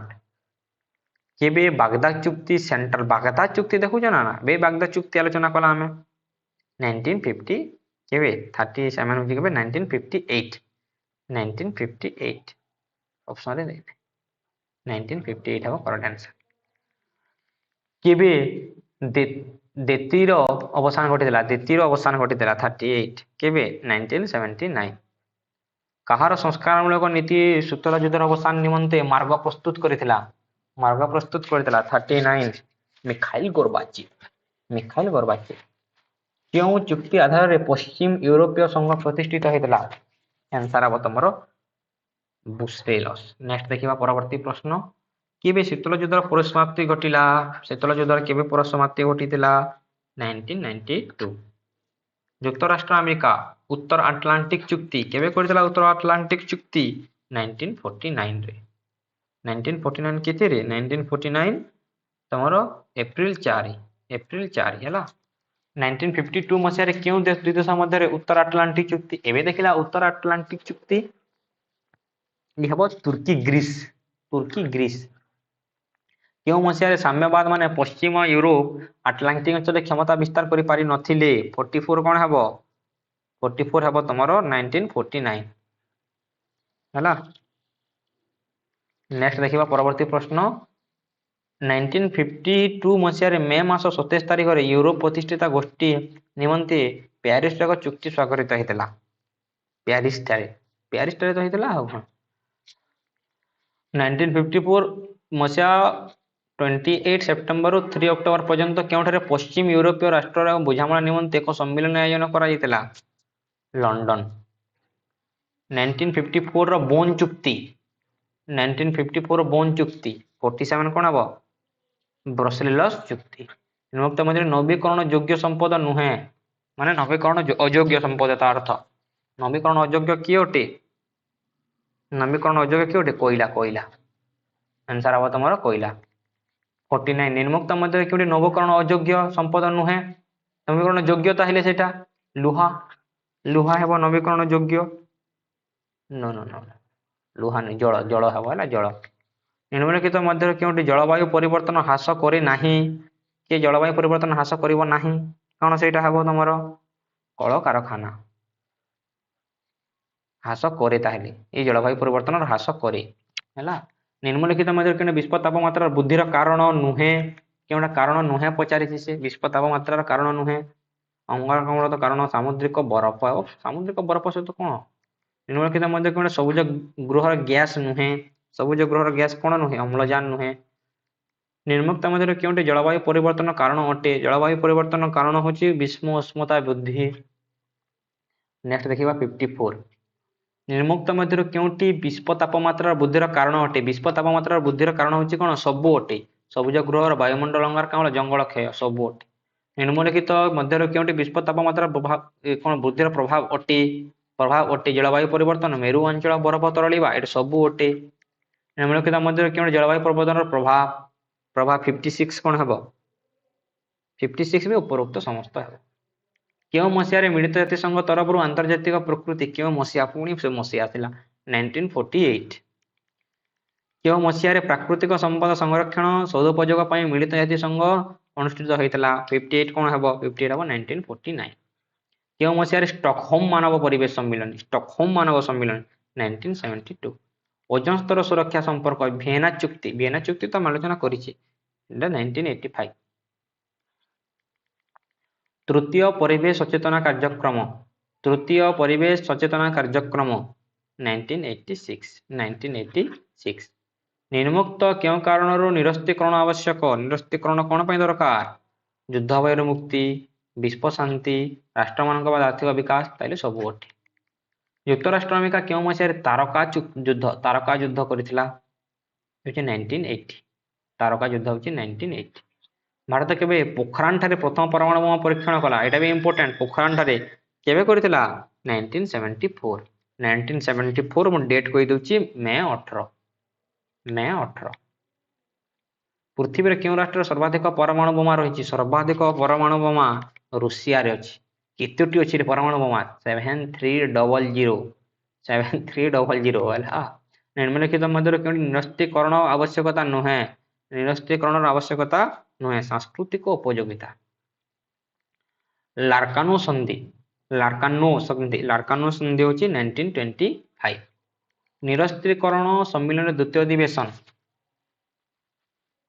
1932 କିମ୍ବା 1932 ସବୁ ଦେଇ ଦେଇଛି ରେ, ଏଇଟା ହେଉଛି ଅକ୍ଟୋବର। ନେକ୍ସଟ ଦେଖିବା 1952 ମସିହା ଜାନୁଆରୀ 11 ତାରିଖରେ ମୃତ୍ୟୁ ସଂଘ ଦ୍ୱାରା କିଏ ଗଠିତ କରାଯାଇଥିଲା? 69 କଣ ହବ ରେ? ନିରସ୍ତ୍ରୀକରଣ। ନିରସ୍ତ୍ରୀକରଣ। ଆଣବିକ ଅସ୍ତ୍ରଶସ୍ତ୍ର ସୀମିତ ନୁହେଁ। ଏନପିଟିସି କେଉଁ ଦିନ କାର୍ଯ୍ୟକାରୀ ହେଲା? ଏଇଟା ଇମ୍ପୋର୍ଟାଣ୍ଟ। ଏନପିଟିସି 70 କଣ ହବ?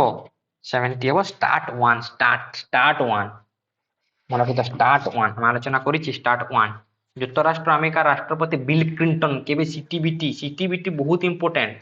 ମୁଁ କହିଦେଉଛି ସିଟିବିଟି ଆମେ ଆଲୋଚନା କରିସାରିଛେ 1995 ମସିହାରେ ଅକ୍ଟୋବର 1 ତାରିଖରେ କେଉଁଠାରେ ପ୍ରଶାନ୍ତ ମହାସାଗରରେ ଏକ ଶକ୍ତିଶାଳୀ ପରମାଣୁ ବୋମା ପରୀକ୍ଷଣ କରାଯାଇଥିଲା? 72 ହେବ ଫ୍ରାନ୍ସ ହେବ ତମର କରେକ୍ଟ ଆନ୍ସର।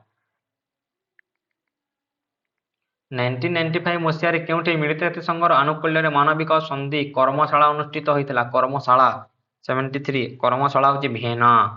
କର୍ମଶାଳା ହେଉଛି ଭିଏନା।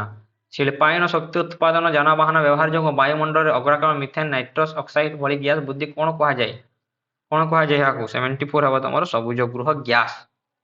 ସବୁଜ ଗୃହର ପ୍ରଭାବ ସବୁଜ ଗୃହ ଗ୍ୟାସ୍ ହେବ ତମର କରେକ୍ଟ ଆନ୍ସର। ଏତେ ଅଛି ତମର ଇମ୍ପୋର୍ଟାଣ୍ଟ କ୍ୱେଶ୍ଚନ।